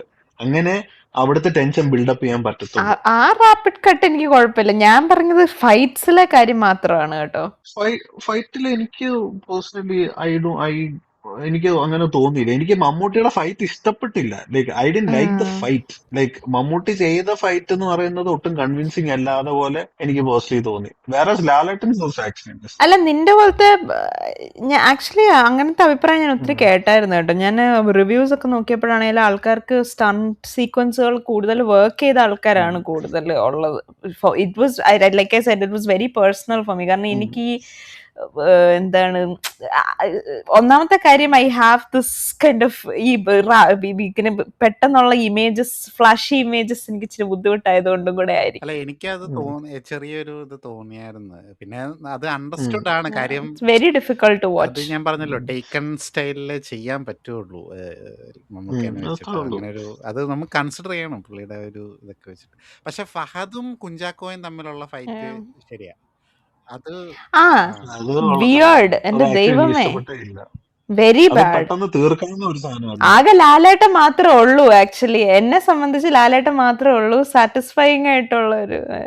ലാലേട്ടന്റെ ഫൈറ്റ് ആയിരുന്നു ഏറ്റവും ബെസ്റ്റ്. അപ്പൊ എനിക്ക് പേഴ്സണലി അങ്ങനെ തോന്നിയ ഒരു സംഭവം അതായിരുന്നു. ഇപ്പം ഇവര് തമ്മിൽ മീറ്റ് ചെയ്യുന്ന സീക്വൻസ്, ഇവരുടെ റിലേഷൻഷിപ്പ് ഒക്കെ എസ്റ്റാബ്ലിഷ് ചെയ്യുന്നത് എന്റെ തിയേറ്ററിലൊന്നും അധികം കയ്യടിയും കാര്യങ്ങളൊന്നും ഇല്ലായിരുന്നു. പക്ഷെ I personally like I liked how it was portrayed. I like the subtlety. ഇതാണ് ഞാൻ പ്രതീക്ഷിച്ച ഒരു 70% ഉള്ള സിനിമ എത്തി. 100 എത്തിയില്ല, ഒരു 70 to 80. എന്റെ ഓഡിയൻസ് പടം കഴിഞ്ഞ് ക്ലാപ്പ് ചെയ്തായിരുന്നു. പടത്തിന്റെ ഇടയിൽ അവരങ്ങനെ വേളൊന്നും വെച്ചില്ല, പക്ഷെ പടം കഴിഞ്ഞ അവര്. എന്റെ ഓഡിയൻസ് പടം കഴിഞ്ഞിട്ടും ക്ലാപ്പ് ചെയ്തില്ല, ടു ബി വെരി ഓണസ്റ്റ്. പക്ഷെ അപ്പൊ ഞങ്ങളുടെ ഓഡിയൻസ് ആയിരുന്നു ഏറ്റവും ഇന്ററാക്റ്റീവ് എന്ന് എനിക്ക് തോന്നുന്നു. ത്രൂ ഔട്ട് കയ്യടിയും വിസിലടിയും എന്റെ ഒക്കെ ഓഡിയൻസിന്റെ ഉണ്ടായിരുന്നു. അവിടെ ഞാൻ എന്താ കുറച്ചുകൂടെ വലിയ അത്യാവശ്യം ഓഡിയൻസ് ഉള്ള തിയേറ്ററിലാണ് പോയിരുന്നത്. മോഹൻലാൽ വന്നപ്പം ഒന്ന് കൈയടിച്ചു. ആദ്യമേ ഇക്കാച്ചിയെ ഒന്ന് മറ്റേ അവിടെ സ്കാൻ ചെയ്യാൻ വേണ്ടി അവിടെ ഒന്ന് നിൽക്കത്തില്ല, അപ്പോഴും ഒന്ന് കൈയടിച്ചു. പിന്നെ ആൾക്കാർ ചിരിച്ചത് ഞാൻ കേട്ടത് പുള്ളി ആ ഫോൺ റിവ്യൂ ചെയ്യുന്ന സമയത്ത്. ആ സമയത്ത് ചിരിച്ച. ഉം. പിന്നെ നിതംബത്തിൽ ജാലകം അടിക്കുന്ന സീനിന്റെ സീനിൻ്റെ അകത്തും അകത്ത് കുറച്ച് അവിടെ ഇവിടെയൊക്കെ സട്ടിലായിട്ട് ഞാൻ കേട്ടായിരുന്നു. ആ, ഞാൻ കണ്ട 2 ഷോ ഉണ്ടായിരുന്നു. അപ്പോൾ ഒരെണ്ണം അത്യാവശ്യം ആളുണ്ടായിരുന്നു. ഞാൻ കുറച്ച് ലേറ്റ് ആയിട്ട് ചെന്നുകൊണ്ട് അത് മറ്റേ ഷോ തുടങ്ങുന്നതിന് ജസ്റ്റ് കുറച്ച് മുമ്പാണ് ഞാൻ ചെന്നത്. അപ്പോൾ അതുകൊണ്ട് ഞാൻ കുറച്ചുകൂടെ എംപ്റ്റി ആയിട്ടുള്ള ഇതാണ് തിരഞ്ഞെടുത്തത്. അപ്പം എൻ്റെ അകത്തൊരു 10-20 പേരെ ഉണ്ടായിരുന്നുള്ളൂ എന്ന് തോന്നുന്നത്. അപ്പം ഓഡിയൻസും കുറച്ചുകൂടെ ലിമിറ്റഡ് ആയിരുന്നു എൻ്റെ കയ്യിൽ. അങ്ങനെ ഒരു ഇതുകൂടെ ഉണ്ട്. എനിക്കേ ഞാനിങ്ങനെ ആലോചിക്കായിരുന്നു, അത് ഇത് കാണിച്ചത് കൊണ്ട് എന്താണ്, what point they try to prove എന്നുള്ളത് ഞാനിങ്ങനെ ആലോചിച്ചു. അതായത് നമ്മുടെ പുള്ളിക്കാരിയുടെ പേര് ഞാൻ സെറീന. മറന്നു. നമ്മുടെ മമ്മൂക്കയുടെ ലിവിങ് ടുഗെദർ പാർട്ട്ണർ ആ, ഉണ്ടല്ലോ, പുള്ളിക്കാരിയുടെ പേര് ഞാൻ സെറീൻ മറന്നു. സെറീന. ഷിഹാബ്, സോറി. സെറീന വന്നിട്ട് സെറീൻ ഷിഹാബ്, അങ്ങനെ പുള്ളിയുടെ പേര്. സെറീന വഹാബ് വേറെ ആളാണ്. ഓക്കെ. അപ്പൊ സെറീന്റെ ക്യാരക്ടർ വന്നിട്ട് ഈ പറഞ്ഞ പോലെ മമ്മൂക്ക മിസ്സിങ് ആവുമല്ലോ. അതായത് ഹോസ്പിറ്റലിലാണെന്ന് പറയുന്നു. അത് കഴിഞ്ഞിട്ട് നയൻതാരയുടെ വീട്ടിലേക്ക് കൊണ്ടുവരുന്ന ഒരു സീക്വൻസ് ഉണ്ട്. അപ്പൊ അവിടെ വന്നു കഴിയുമ്പോൾ മമ്മൂക്കയുടെ ലാപ്ടോപ്പ് ഓപ്പൺ ചെയ്തിട്ട് മമ്മൂക്കയെ ട്രാക്ക് ഡൗൺ ചെയ്യാൻ നോക്കുന്നുണ്ട് പുള്ളിക്കാരി. എന്നിട്ട് പുള്ളിക്കാരി ആ നമുക്ക് എവിടെയാണെന്ന് കണ്ടുപിടിച്ചിട്ട് അത് അവിടുത്തെ എംബസിയിലുള്ള എന്താ ആളോട് വിളിച്ച് പറയുന്നുണ്ട്. പക്ഷെ അതുകൊണ്ട് അതുകൊണ്ട് എന്താ ഉദ്ദേശിച്ച, അതുകൊണ്ട് എന്ത് ഉപകാരം ഉണ്ടായത് പുള്ളിക്കാരിക്കോ, അല്ലെങ്കിൽ എന്തെങ്കിലും ക്യാരക്ടേഴ്സിന് ആർക്കെങ്കിലും എന്തെങ്കിലും ഉപകാരം ഉണ്ടായതും കൊണ്ട്? അതുകൊണ്ട് അല്ല, അത് കുഞ്ചാക്കോയുടെ കൂടെ ആണ് എന്നുള്ള രീതിയിൽ കണ്ടുപിടിക്കുന്നല്ലേ, അല്ലേ? അതല്ലേ ഏത് ക്യാരക്ടേഴ്സ്? ജിനു ജോസഫിന്റെ? അത് അവര് കണ്ടുപിടിച്ചിട്ട് എന്ത് കാര്യം? ഈ ക്യാരക്ടേഴ്സ് കണ്ടുപിടിച്ചിട്ട് എന്ത് കാര്യം? ആ ക്യാരക്ടേഴ്സിന് ഇതിനകത്തിൽ ഈ കഥയിൽ ഒരു പ്രത്യേകിച്ച് കാര്യമൊന്നും ഇല്ലല്ലോ. അവര് ചിലപ്പോ അവരും വറീഡ് ആയിരുന്നായിരിക്കാം, കാരണം അവരുടെ ഹെൽപ്പ് ഇവര് സീക്ക് ചെയ്യുന്നുണ്ടായിരുന്നായിരിക്കാം. സോ അതുകൊണ്ട് ഇൻഫോം ചെയ്തതാ. കാരണം പുള്ളിക്കാരിക്ക് മേ ബി അറിയാവുന്ന ഒരു പവർഫുൾ പേഴ്സൺ ജിനു ജോസഫിന്റെ ക്യാരക്ടർ ആയിരിക്കും ആ സമയത്ത് അറിയാവുന്നത്.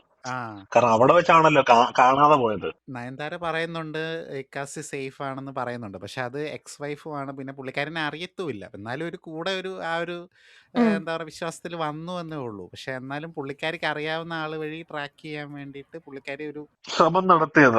ആ ഒരു പാനിക്കില് അവര് എയർപോർട്ടിൽ വെച്ച് കാണാതെ പോയത് കൊണ്ട് അവര് എന്താ പറയുന്നത്, ഇപ്പം എനിക്ക് തോന്നുന്നത് അത് കഴിഞ്ഞിട്ട് എന്തോ ഒരു സീൻ ഉണ്ട്. അതായത് ജിനു ജോസഫ് അവിടെ വെച്ച് സൈഡിൽ ഇരുന്ന ആളെ യൂസ് ചെയ്ത് എന്തോ ട്രാക്ക് ചെയ്യുന്നതോ എന്തോ പുള്ളി പോവാൻ ചാൻസ് ഉള്ള അതായത് ഈ കുഞ്ചാക്കോയുടെ ഫ്ലൈറ്റിന്റെ ഇത് എപ്പോഴാ ആ വന്നേ പോയെന്നുള്ളതൊക്കെ ട്രാക്ക് ചെയ്തതും. അല്ല, അതാ ഞാൻ പറഞ്ഞത്. അതായത് ഈ ക്യാരക്ടേഴ്സ് രണ്ടുപേരും ഇതൊക്കെ കണ്ടുപിടിച്ചത് കൊണ്ട് കഥയ്ക്ക് എന്തെങ്കിലും പ്രത്യേകത ഉണ്ടായോ എന്ന് ഞാൻ ആലോചിക്കുക, ഞാൻ ചോദിക്കുക. ആ കഥയ്ക്ക് അതും കൊണ്ട് പ്രത്യേകിച്ച് എന്തെങ്കിലും ഉപകാരം ഉണ്ടായോ അത് കാണിച്ചത് കൊണ്ട് എന്ന് ഞാനിങ്ങനെ. അല്ല, രണ്ട് സൈഡിലും ആൾക്കാർ ട്രേസ് ചെയ്യുന്നത് നമ്മളെ കാണിക്കുന്നു എന്നുള്ള രീതിയിൽ. ഇപ്പൊ ഫഹദിന്റെ സൈഡിൽ കൂടെ അവരും ഇതുപോലെ തന്നെ ട്രാക്ക് ചെയ്താണ് വരുന്നത്. അവര് വേറൊരു രീതിയിൽ ട്രാക്ക് ചെയ്ത്. ഫഹദ് ട്രാക്ക് ചെയ്യുന്നതിന് കാര്യമുണ്ട്, കാരണം ഫഹദിനും മമ്മൂക്കനെ കൊല്ലണം. ഇവള് ട്രാക്ക് ചെയ്യുന്നതിൽ ഇവക്ക് വിഷമം ഉണ്ടെന്ന് എനിക്ക് മനസ്സിലായി. പക്ഷെ വിഷമം കാണിക്കാൻ വേണ്ടി മാത്രമാണോ അത് കാണിച്ചത്? അപ്പൊ നമ്മുടെ അടുത്ത് ഒരാൾ വന്നിട്ട് പറയാണ് ഇന്നയാള് സേഫ് ആണ്, ഓക്കെ ആണെന്ന് പറഞ്ഞാലും നമുക്ക് കൂടുതൽ ഒരു ഇതിന് വേണ്ടിയിട്ട് നമുക്കറിയാവുന്ന രീതിയിൽ ഒന്നുകൂടെ നമ്മളൊന്ന് ഉറപ്പിക്കാൻ വേണ്ടി ഒരു ശ്രമം നടത്തുമല്ലോ. ആ രീതിയിലാണ് എനിക്ക് മനസ്സിലാവാത്ത വേറൊരു കാര്യം. സാർ, എനിക്ക് തോന്നിയ ഒരു സംഭവം, എനിക്ക് ഒരു സാധനം കൺവിൻസിങ് ആവാതെ തോന്നിയ എന്താന്ന് വെച്ചാൽ, Mammootty already knows Fahadh Faasil from the military days and stuff, I mean air force defence days and stuff. പക്ഷെ ആ ഈ JP പറയുന്ന ഈ രാജീവ് മേനന്റെ ക്യാരക്ടർ, ഫഹദ് ഫാസിലിന്റെ ക്യാരക്ടറിനെ ലൈക്ക് ഫോഴ്സിൽ നിന്ന് ഇറങ്ങി ഇതിലേക്ക് വരാൻ അതായത് ഫോഴ്സിലേക്ക് നിന്ന് ഇറങ്ങി ഈ ഒരു കമ്പനി ഈ പരിപാടി സ്റ്റാർട്ട് ചെയ്യാനുള്ള ആ ഒരു കൺവിൻസിങ് ഫാക്ടർ എനിക്ക് it was not convincing enough for me. Even Kunchacko ബോബനും ആ സമയത്ത് ഇവന്റെ കൂടെ ഇറങ്ങി. അപ്പൊ ഇവർക്ക് IT ബാക്ക്ഗ്രൗണ്ട് ഉണ്ടായിരുന്നു. What are these people doing? Like such things are really unknown. IT background കാണാൻ ചാൻസ് ഉണ്ട്. കാരണം ഇപ്പം ഇപ്പം മിലിറ്ററിക്ക് തന്നെ, നമ്മുടെ നാട്ടിലെ മിലിറ്ററി തന്നെ IIT-യിൽ അവർ മിലിറ്ററി വിട്ട് പഠിപ്പിക്കുകയൊക്കെ ചെയ്യും.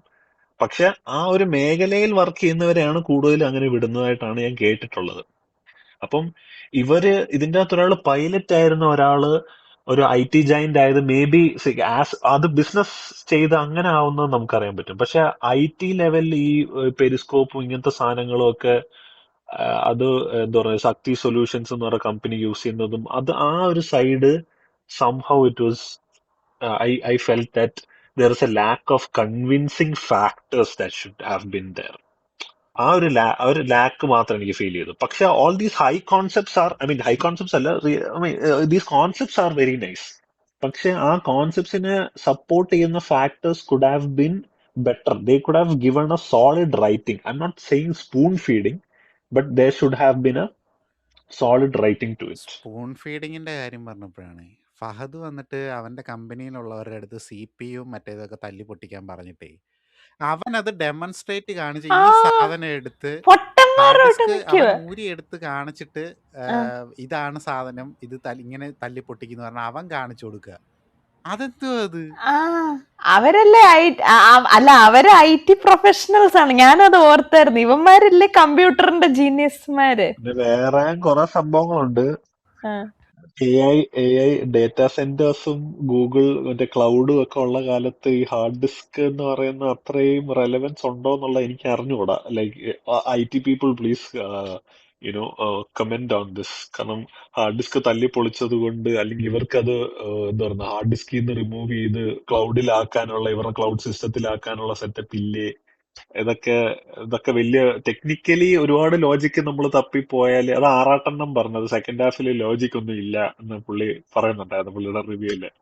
ഇതുപോലെ വേറൊരു ഹെവി ആയിട്ട് എന്നാന്ന് വെച്ചാല് കുഞ്ചാക്കോവൻ മറ്റേ കാർ റെന്റലിന് പോകുമ്പം ആധാർ കാർഡ് വേണമെന്ന് പറയുമ്പം ആധാർ കാർഡ് വേണോ ഡ്രൈവേഴ്സ് ലൈസൻസ് പോരെന്ന് അവൻ ചോദിച്ചപ്പോൾ ഞാൻ ഓർത്ത് ഓക്കെ ആധാർ കാർഡ് കൊടുത്താൽ ട്രാക്ക് ചെയ്യാൻ പറ്റുമെന്ന് അവൻ അറിയാം, അതുകൊണ്ടാണ് അവനത് ഒഴിവാക്കിയത്. എന്നിട്ട് അവര് ട്രാക്ക് ചെയ്യുന്നത് അത് വെച്ചിട്ട് ലാലേട്ടനാണെങ്കിൽ ഗൂഗിൾ മാപ്പ് പോലും ഉപയോഗിക്കരുത്, മറ്റേ നമ്മൾ അല്ലാണ്ട് പോകണം, മറ്റേ ഹൈവേസ് ഉപയോഗിക്കരുത് എന്നൊക്കെ പറഞ്ഞു കൊടുത്ത് ഇവൻ ഈ പ്രൊഫഷണൽ അല്ലേ, ഇവൻ ഇത് അറിയത്തില്ലേ? അതെന്താ അങ്ങനെ ഒരു ടോക്ക് എന്നുള്ള ഒരു രീതിയിൽ വന്നു. അതെന്താ അങ്ങനെയൊക്കെ കാണിച്ചാവോ? അതൊരു പിന്നെ കുറെ സംഭവങ്ങള് ലാലേട്ടന്റെ ആ മിലിറ്ററി സ്റ്റോറിക്കകത്ത് കുറെ പേര് മരിച്ചു, പുള്ളി മാത്രം സർവൈവ് ചെയ്തു എന്നൊക്കെ പറഞ്ഞതിന്റെ അകത്ത് ഒരു എന്തുകൊണ്ടാ പുള്ളീനെ ഒരു അവര് റെക്കഗ്നിഷൻ കിട്ടാതെ പോയെ? അതെന്താ ആ സംഭവം ഒന്നും അങ്ങനെ പറയുന്നില്ല. എനിക്കറിയാം, പക്ഷെ ഞാൻ അത് പറയത്തില്ല എന്നുള്ള രീതിയിലുള്ള സീനായി പോയത്. അത് ക്യൂരിയോസിറ്റി ഉണ്ടാക്കിയിട്ട് കടന്നു കളയൊന്നും വരില്ല. എനിക്കറിയാം, പക്ഷെ ഞാൻ അതങ്ങനെ ആരോടും പറയത്തില്ല എന്നങ്ങനെ പറയത്തില്ല. ദേവ്ജി പറയുന്നില്ല അത് എന്തോ മറ്റേ ആരാ നയൻതാരയുടെ ഒരു ഡയലോഗ് മറ്റേ ദേവ്ജിക്ക് ഒരു ത്രോ ബാക്ക് ആയിരുന്നു കേട്ടോ ഗോവയില്. അതിപ്പോ പറയാൻ പറ്റില്ല എന്നുള്ളത് അതിപ്പോ പറയാൻ പറ്റില്ലെന്ന് പറഞ്ഞു. വണ്ടി കയറിയിരിക്കും, ഡാനിയൽ എവിടെ ഉണ്ടെന്ന് എനിക്കറിയാം, പക്ഷെ അതിപ്പോ പറയാൻ പറ്റില്ല. പിന്നെ ഒന്നും പറയുന്നത് എനിക്ക് മറ്റേ മനുഷ്യൻ ട്രാക്ക് ഇതിന്റെ അകത്ത് വന്നത് ഇഷ്ടപ്പെട്ടു കേട്ടോ. അടിപൊളിയായിരുന്നു. Again sorry, I have to say this. Sushin Shyam, we love you man. ഇങ്ങനെയാണ് ബാക്ക്ഗ്രൗണ്ട് സ്കോർ ചെയ്യേണ്ടത്. ഇതിന്റെ അകത്തൊരു ഹുക്ക് ട്യൂണോ അല്ലെങ്കിൽ മറ്റേ ഊറും ബ്ലഡിന്റെ ഒരു 10 വേർഷനോ ഒന്നും ഇടാതെ, I mean sorry Saya banker, V love U.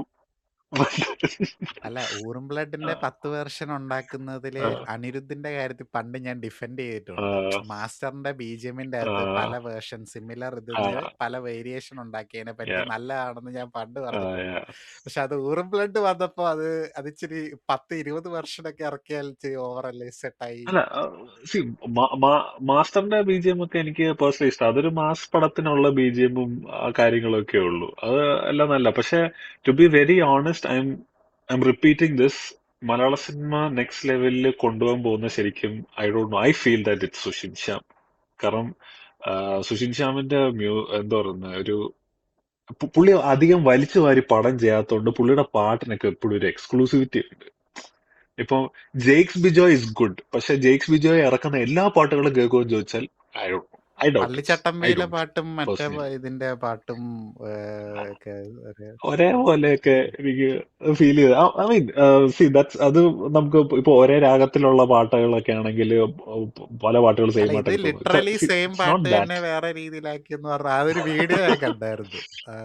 പിള്ളേരെ അല്ല, പുള്ളി ഈ പറയുന്ന പോലെ ചില സമയത്ത് ഹിറ്റ് ഓർ മിസ്. ചില പടത്തിലെ ബാക്ക്ഗ്രൗണ്ട് സ്കോറും കാര്യങ്ങളൊക്കെ എനിക്ക് ഓർക്കാം.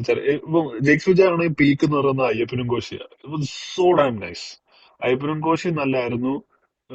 ഈ പറഞ്ഞ രണം നല്ലായിരുന്നു. പക്ഷെ മാൻ സുഷിന്റെ എല്ലാ പ്രാവശ്യവും he's getting better and better. ഇപ്പൊ ഈ പടത്തിന്റെ അകത്താണെങ്കിൽ ഇതിന്റെ OST ഇറങ്ങി കഴിയുമ്പോഴത്തേക്കും എനിക്കത് I can't wait for the OST to be very honest. ഒരുപാട് സാധനങ്ങൾ ഭയങ്കര സട്ടിലും നൈസും ആയിട്ടാണ് കാണിച്ചിരുന്നത് മ്യൂസിക് എല്ലാം. അതിന്റെ അകത്ത് ഒരാള് വരുന്ന സമയത്ത് മറ്റേ പാപ്പവാ ചെയ്യാതെ പുള്ളി നൈസ് സട്ടിൽ ലാലേട്ടനെ കാണിച്ച മറ്റേ ഷോട്ടാണ് പുള്ളി ബാൽക്കണിയിലൊക്കെ വന്ന് നിൽക്കുന്നത്. അപ്പൊ അവിടെയൊക്കെ ഉള്ള ബാക്ക്ഗ്രൗണ്ട് സ്കോർ ഒക്കെ അടിപൊളിയായിരുന്നു എന്ന് പറഞ്ഞാൽ ക്ലീൻ ആൻഡ് സട്ടിൽ. ഇന്റർവ്യൂ കണ്ട സമയത്തെ സുഷിൻ മറ്റേ ആവേശത്തിലെ ഫഹദായി മാറിയോ എന്ന് ഞാൻ ഇങ്ങനെ പുള്ളിയോട് ചോദിച്ചായിരുന്നു. പുള്ളിയുടെ ലുക്ക് ഫഹദിന്റെ മറ്റേ അതെ അതെ അതെ യങ്ങർ ലുക്ക് പോലെ ഉണ്ട്. See, this is the reason why I like Santosh Narayan and Sushin so much. കാരണം അവര് എപ്പോഴും they try something new. അവര് ഇങ്ങനെ എക്സ്പ്ലോർ ചെയ്തോണ്ടേയിരിക്കും. ആ ഒരു എന്താ പറയുന്നത്, നല്ല സൗണ്ട് പ്രൊഡക്ഷൻ ആയിരുന്നു. അതായത് സൗണ്ടിന്റെ സൗണ്ട് ക്വാളിറ്റി വൈസും സൗണ്ട് ഡിസൈൻ വൈസും ഒക്കെ ഈ പടം was so damn nice. Editing ആണെങ്കിലും it is quite nice because Mahesh Narayanan himself is the editor. And he was the editor for Vishwarupam. He comes from a Kamal Hassan school of filmmaking. അതിന്റെ ഒരു കുറെ ഗുണങ്ങളും ഇതിന്റെ അകത്ത് കാണാനുണ്ട്. ഇപ്പം ചില ലൊക്കേഷനിൽ പോയി എടുത്തിട്ട് കൺവിൻസ് ചെയ്യും. ഇപ്പം ചില ലൊക്കേഷൻ ശ്രീലങ്കയാണ്, നമുക്ക് കുഞ്ഞു കുഞ്ഞു ഫാക്ടേഴ്സ് വെച്ചൊക്കെ മനസ്സിലാക്കാൻ പറ്റുന്നേ ഉള്ളൂ. അതിപ്പം ഇപ്പം if you know stuff about cars and stuff, ഇപ്പം നമ്മുടെ മിലിറ്ററിക്ക് ഒരിക്കലും ലാൻഡ് റോവറിന്റെ വണ്ടിയൊന്നും ഇല്ലായിരുന്നു. അവൾ എത്ര വർഷം ജിപ്സിയും മറ്റേ പഴയ മഹേന്ദ്രയുടെ ജീപ്പും ഒക്കെ ആയിരുന്നു. പക്ഷെ ഇതിന്റെ അകത്ത് ലാൻഡ് റോവറിൽ വന്ന് ഇറങ്ങിയിട്ട് അവിടുന്ന് മിലിറ്ററി ഇതിന്റെ അകത്തോട്ട് കയറി നടന്നു പോകുന്നൊക്കെ കാണിക്കുന്നുണ്ട്. അതൊക്കെ ശ്രീലങ്കയാണ്. ആ കാർ ചേസ് സീക്വൻസും Sri Lanka. They brilliantly used 3 Indian cars. 3 Indian വണ്ടി യൂസ് ചെയ്തിട്ട് അത് ഇന്ത്യ ആണെന്ന് കാണിക്കുന്ന രീതിയിൽ കാണിച്ചു. അതായത് ഇവര് ടാറ്റ സഫാരി തന്നെ പോയി അവൻ ചൂസ് ചെയ്യും. എന്നിട്ട് വില്ലന്മാര് വരുന്ന സ്കോർപിയോ അല്ല, പക്ഷെ ബാക്ക്ഗ്രൗണ്ടിലുള്ള വേറെ വണ്ടികളൊക്കെ ഫോറിൻ കാർ ആണെന്നുള്ളത് നമുക്ക് അവിടെ ഇവിടെ ശ്രദ്ധിച്ചു നോക്കിയാലേ കാണത്തുള്ളൂ. ഇത് വിശ്വരൂപത്തിന്റെ അത് കമലഹാസനും ചെയ്ത വേറെ കാര്യങ്ങളാണ്. ഹൈദരാബാദ് സെറ്റ് ഇട്ടിട്ട് ഒരു 2-3 ഏകദേശം മിഡിൽ ഈസ്റ്റിൽ വരാൻ പറ്റുന്ന സാഹചര്യത്തിലുള്ള വണ്ടി കൊണ്ടുവരികയും ചെയ്തു. അപ്പൊ ഇറ്റ് ലുക്സ് ലൈക്ക് അഫ്ഗാനിസ്ഥാൻ. ആ ആ ആ ഒരു സാധനം അത് കമലഹാസനാ കൊടുത്ത. കമലഹാസൻ തന്നെ അല്ല, മഹേഷ് നാരായണൻ തന്നെ പറയുന്നുണ്ട് മാലിക്കില് ഇവർക്ക് പുറം കടൽ കാണിക്കുന്ന പോലെ ഒരു ഷോട്ട് വേണം, പക്ഷെ അത് എടുക്കാനുള്ള ലൈറ്റും പരിപാടിയും ഒന്നുമില്ല, കുറച്ച് എന്തൊക്കെയോ സീനുണ്ട്. അപ്പൊ പുള്ളി പറഞ്ഞു നിങ്ങൾ കായലിലെടുക്ക്, എന്നിട്ട് എന്തോ ലെൻസ്, അതായത് സം വൈഡ് ആംഗിൾ ലെൻസിലോ എന്തോ, ഐ എം നോട്ട് ഷുവർ, അത്രയും ടെക്നിക്കലായിട്ട് എനിക്കറിയത്തില്ല. പക്ഷെ എന്തോ ഒരു പ്രത്യേക രീതിയിൽ അത് ഷൂട്ട് ചെയ്തപ്പം ആ കായൽ ലുക്ക് ലൈക്ക് കടൽ. ഇത് കമൽജി ടെക്നിക്സാ. അതായത് വിശ്വരൂപത്തിന്റെ അകത്തൊരു സീനുണ്ട്, നാസറിന് മറ്റേ വിഷ്ണുവിന് വെടിവെക്കാൻ അറിയില്ല സർ, അതല്ല, പക്ഷെ എന്നാലും സോറി ഇച്ചിരി ഇന്ററപ്റ്റ്, അത് ഒരു പഴയ ഒരു പോപ്പ് കൾച്ചർ റെഫറൻസ്, അത് എല്ലാവർക്കും മനസ്സിലാവണമെന്നില്ല, പക്ഷെ എന്നാലും പറയാം. നാസറിന് അതിന്റെ അകത്തൊരു മെഷീൻ ഗണ്ണ് കൊടുത്തിട്ട് വെടിവെക്കാൻ പറയുന്ന സീനുണ്ട്. അപ്പൊ അത് എത്ര ഷൂട്ട് ചെയ്തിട്ടും കമലഹാസൻ അത് സാറ്റിസ്ഫൈങ് അല്ല. So what he does is ആ ഡമ്മി ഗണ്ണ് എടുത്തുകൊണ്ട് പോയിട്ട് അതേലിങ്ങനെ അത് വൈബ്രേറ്റ് ചെയ്യുന്ന രീതിയിൽ ഒരു മെക്കാനിസം പോലെ കമൽഹാസൻ ഉണ്ടാക്കിയെടുത്ത്. അപ്പൊ നാസർ റീകോയിൽ എഫക്ട് കിട്ടാൻ. അപ്പം നാസർ അത് വെച്ച് വെടിവെച്ചപ്പോഴത്തേക്കും ശരിക്കും പുള്ളി ഒരു മെഷീൻ ഗണ്ണ് യൂസ് ചെയ്യുന്ന പോലത്തെ ഒരു വൈബ് കിട്ടി. So these things comes from Kamal Haasan film making, ആ ഒരു സൈഡിൽ നിന്ന് വരുന്ന. അപ്പൊ ഇതിന്റെ ഈ ടെക്നിക്കലും ആർട്ട് ഡിസൈൻ വൈസ് ഒക്കെ this movie was actually pretty nice. Production അത് എന്താ പറയുന്ന, ഇപ്പോ നമ്മുടെ രാജേട്ടൻ പറഞ്ഞ പോലെ ആ സ്ഥലത്ത് ഷൂട്ട് ചെയ്തു, ഈ സ്ഥലത്ത് ഷൂട്ട് ചെയ്തു എന്ന് പറഞ്ഞിട്ട് നമ്മളെ പറ്റിച്ചു കളയുന്നു. ഇപ്പൊ ലണ്ടനില് ഏതോ ഒരു മറ്റേ വാട്ടർലൂ സ്റ്റേഷനൊക്കെ നിർത്തിയെന്ന് പറ, ആകെ ഒരു ഡെഡ് ബോഡി കണ്ടുപിടിക്കുന്ന സീൻ എന്തൊക്കെ ഷൂട്ട് ചെയ്യായിരുന്നു ലണ്ടനിൽ പോയിട്ട്. അസ്രയേല് തന്നെ വരുമോന്ന് നമുക്ക് അറിഞ്ഞൂടാ ഗൈസ്. പക്ഷെ എന്നാലും ഒരു എനിക്ക് അറിഞ്ഞൂടാ. ഇപ്പൊ second I don't know, I don't want to talk about it because I feel sad. എനിക്ക് അതിനെപ്പറ്റി കൂടുതൽ സംസാരിക്കണ്ട. പക്ഷെ ഇതിന്റെ അകത്ത് കുറെ എയർക്രാഫ്റ്റ് അതും ഇതൊക്കെ ഉപയോഗിച്ചത് എല്ലാം കുറെയൊക്കെ റിയൽ എയർക്രാഫ്റ്റ് ഒക്കെയാ. എനിക്ക് ഈ കാർഗോ പ്ലെയിന്റെ അകത്തുള്ളത് ചിലപ്പോ അത് സെറ്റ് ഇട്ടിരിക്കുന്നതായിരിക്കും കൺവിൻസിംഗ് ആയിട്ട്, which can be done, but it was pretty nice. അങ്ങനത്തെ സെറ്റ് പീസസ് എല്ലാം അങ്ങനെ നോക്കിയാല് ഇറ്റ് ഈസ് ക്വൈറ്റ് നൈസ് എടുത്തു വെച്ചിരിക്കുന്നത്. Again it's not a perfect movie, but over the time കണ്ട് കണ്ട് കുറെ എനിക്ക് തോന്നുന്നു OTT-ലൊക്കെ കുറെ പേർക്ക് കണ്ട് ഇഷ്ടപ്പെടാനും എന്നാൽ കുറെ പേർക്ക് വെറുക്കാനും ചാൻസ് ഉണ്ട്. വെട്ടിയിട്ട ബായത്തണ്ട് പോലത്തെ ഐറ്റംസ് വരാനും സാധ്യതകൾ കൂടുതൽ ആ ഞാൻ ആ സീൻ എന്തായാലും ഐക്കോണിക് ആയിരിക്കും. നിതംബത്തിൽ ജാലകം അടിക്കുന്ന സീൻ. ആ ലാലേട്ടനെ ഏതിന്റെ അതിൽ ക്യാമിയോയിൽ വന്നാലും ലാലേട്ടൻ ഇങ്ങനത്തെ പണി കിട്ടാറുണ്ട്. ഇല്ല, ജയിലറിനകത്ത് ഓർമ്മയുണ്ടായിരുന്നു. ജയിലറിനകത്ത് ഓർമ്മയുണ്ടായിരുന്നല്ലോ. അവസാനം ഞാൻ കണ്ട ക്യാമിയോ കണ്ണപ്പായിലെ ക്യാമിയോ. ജയിലറിനകത്ത് ഓർമ്മയുണ്ടായിരുന്നു, പക്ഷെ അവസാനമായി ഞാൻ കണ്ട ക്യാമിയോ കണ്ണപ്പായിലെ ക്യാമിയോ ആയതുകൊണ്ട് നല്ല മികച്ച. ഞാൻ അവസാനം കണ്ട ക്യാമിയോ ബാലയ്യ. അത് ഞാൻ കണ്ടില്ല, വലയ്യനെ ഞാൻ കണ്ടില്ല, അതുകൊണ്ട് അതെനിക്ക് താങ്ങാൻ വയ്യ. ബബ്ബായിലെ എന്താ പ്രശ്നം? ബബ്ബായില് എനിക്ക് തോന്നുന്നു റിയാസിക്കായിരുന്നു ക്യാമിയോയിൽ ഡോമിനേറ്റ് ചെയ്തത്. റിസ്ക് ഹാൻ ചെയ്തതുകൊണ്ടാണ്. അവിടെ പടക്കമൊക്കെയാണ് യൂസ് ചെയ്യുന്നത്, പക്ഷെ അത് ഹെവി ആയിരുന്നു. അത് ഇക്ക ആയതുകൊണ്ടാണ് നമുക്കത് ഇഷ്ടപ്പെട്ടത്. റിയാസിക്ക ആയതുകൊണ്ടാണ് നമുക്കത് വർക്കായത്. യെസ്. അപ്പൊ അതൊക്കെയാണ് നമ്മുടെ. വേറെ എന്തെങ്കിലുമൊക്കെ ഉണ്ടോ നിങ്ങൾക്ക്? ഇത് മഹേഷ് നാരായണന്റെ ഫിൽമോഗ്രഫിയില് ടോപ്പാണെന്ന് പറയുന്നവരുണ്ട്. നിങ്ങൾക്ക് എന്താണ് തോന്നുന്നത്? ഞാൻ ഒരു എനിക്കിപ്പോഴും മാലിക്ക പേഴ്സണൽ ഫേവറേറ്റ്. എനിക്കും അങ്ങനെ ഒരു ഫീലിംഗ് ആണ്. അങ്ങനെ ഒരു See, it's not a bad movie, man. For a Mahesh Narayanan padam, it could have been lot better. അല്ല, ഇതൊരു മഹേഷ് നാരായണൻ പടമാണ് എന്ന് നമ്മുടെ രാജുവേട്ടൻ പറഞ്ഞ പോലെ അല്ലേ? അതെ, അങ്ങനെയാണിത്. കാര്യം ഇതൊരു മൊഹാസി, അതായത് ലലേച്ചനും വിക്കാസി ഒരുമിച്ച് വരുന്നതിനെ കുമാരി മൊഹാസി എന്നാണ് ഒരു മൊഹാസി പടമായിട്ട് നമ്മൾ കൺസിഡർ ചെയ്യും. മൊഹാസിയുടെ അത്ര വരില്ല, മൊക്കാച്ചി. ഇക്കാച്ചി എന്നുള്ളതിനേക്കാളും നല്ലത് ഏറ്റാസി പടങ്ങളിൽ. പക്ഷെ മൊഹാസിക്ക് ഒരു മൊഹാലസ്യം ഫീൽ ഉണ്ടല്ലോ, അതുകൊണ്ടാണ് ഞാൻ. അപ്പൊ ഫഹദ് ഫാസിൽ, കുഞ്ചാക്കോ ബോബൻ, ഫാക്കൂന്ന് വരുമല്ലോ.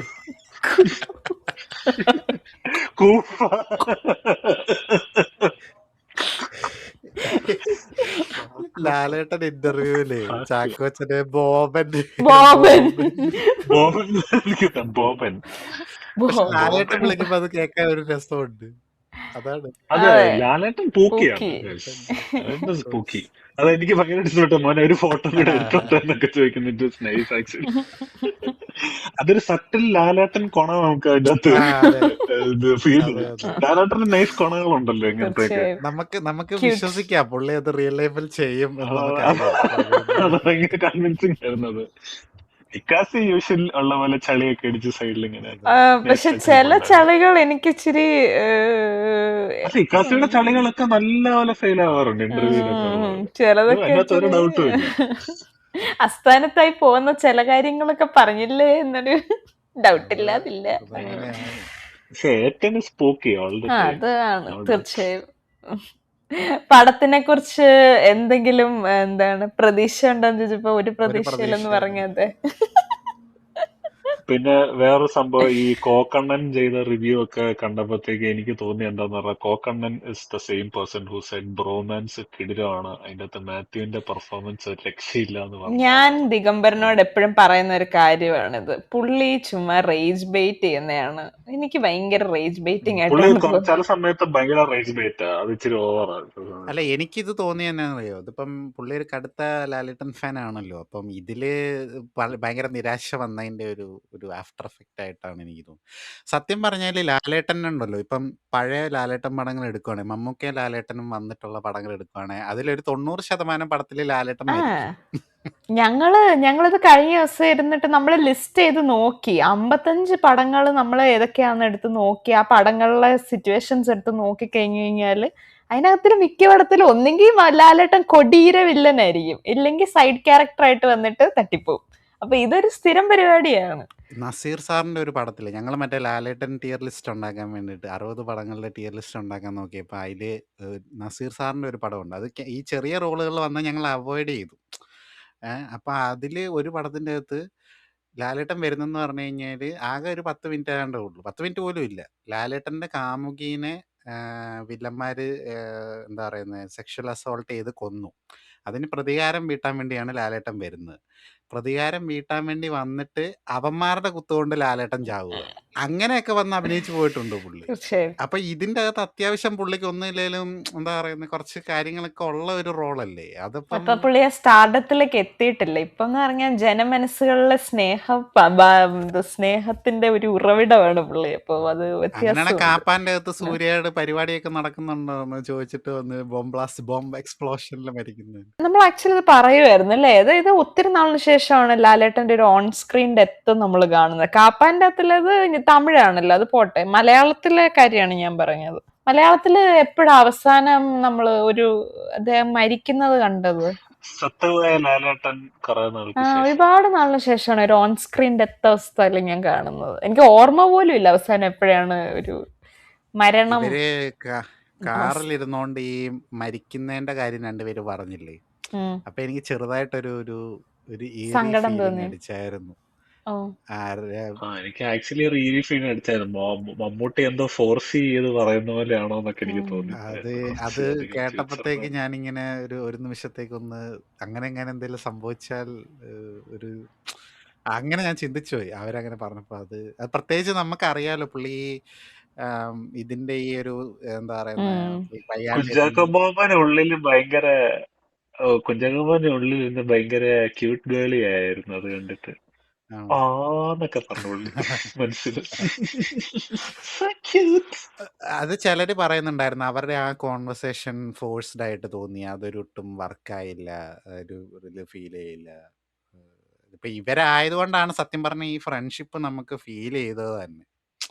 വേറെ ആരെങ്കിലും വന്നിട്ട് ആൾക്കാർ പറയുന്നുണ്ടായിരുന്നു ലാലേട്ടനെ കൊണ്ടുവന്നതിന് വരെ വല്ല പാവൻ ടൊവിനോനെയൊക്കെ കൊണ്ടുവന്ന പോരായിരുന്നു എന്നൊക്കെയാണ് പറഞ്ഞത്. അതൊരു ഭയങ്കര ഓഡായിട്ടുള്ള, അതെന്താ അങ്ങനെ ഒരു അല്ല വന്ന് കൊണ്ടത് അല്ല പോട്ടെ ദേവ്ജി എന്ന് പറഞ്ഞിരുന്നെങ്കിലും ഓക്കെ ആയിരുന്നു. But why Tovino? ദേവ്ജി വേറെ ലെവലായി. ദേവ്ജി ആയിരുന്നെങ്കിൽ അത് സന്തോഷമായിട്ട് എടുത്തിട്ടുണ്ട്, ഡെത്തുള്ള ക്യാരക്ടർ. പക്ഷെ again, this movie we all know that it's inspired from സ്രാവ്. നമുക്കറിയാം. ശരിയാ. അതിന്റെ അകത്തും ഇപ്പൊ ഇന്റർ പ്ലാനറ്റ് മറ്റേ കഫേ എന്ന് പറയുന്നത് ഇത് ഇവിടെ DRW അങ്ങനെ കുറെ ഇതുണ്ട്. ആ ഒരു റെഫറൻസ് പോയിട്ടുണ്ട്, നമ്മൾ ശ്രദ്ധിക്കുന്നില്ലല്ലോ. ലാലേട്ടൻ സോൾജർ ആണ്, ദേവ്ജി അതിന്റെ അകത്ത് സോൾജർ ആണ്, ദേവ്ജി ബോംബ് എക്സ്പ്ലോഷനിൽ മരിക്കുന്നു, ലാലേട്ടൻ കുത്തുകൊണ്ട് ചാവും. മമ്മൂട്ടി ഒരു പേട്രിയോട്ടിസം സാധനമൊക്കെ പറയുന്നതും അത് ശരിക്കും CR7 ഫോർഷാഡ് ചെയ്യുന്നതാണ്. True Indian blood. Indian blood. അപ്പം അന്നത്തെ കാലത്തെ പേട്രിയറ്റ് ആണ് ഇപ്പം സ്രാവ്. അത് നിങ്ങൾ തീർച്ചയായും കണ്ടിരിക്കണം. അഗൈൻ ഇത് ആക്ച്വലി ഇൻ എ വേ ഇതൊരു ഹരികൃഷ്ണൻസ് റിയൂണിയൻ തന്നെയായിരുന്നു. ഫാസിലിന് പകരം ഫഹദ് ഫാസിൽ എന്നുള്ളൊരു വ്യത്യാസം മാത്രമേ ഉള്ളൂ. Like every one was back. അത് രാജീവ് മേനോനെ കൊണ്ടുവന്നത് ഐ ഡോണ്ട് നോ. അത് നയൻതാരയ്ക്ക് വരാൻ ജൂഹി ചൗള വന്നിരുന്നെങ്കിൽ പെർഫെക്റ്റ് ആയിരുന്നു. അതാകുമ്പോ പ്രായം, നീ പറഞ്ഞ പോലെ പ്രായമുള്ള ആക്ട്രസ് ആയി പെർഫെക്റ്റ്. ചിലപ്പം നെടുമുടി വേണു ഉണ്ടായിരുന്നെങ്കിൽ മറ്റേ പുള്ളിക്ക് പകരം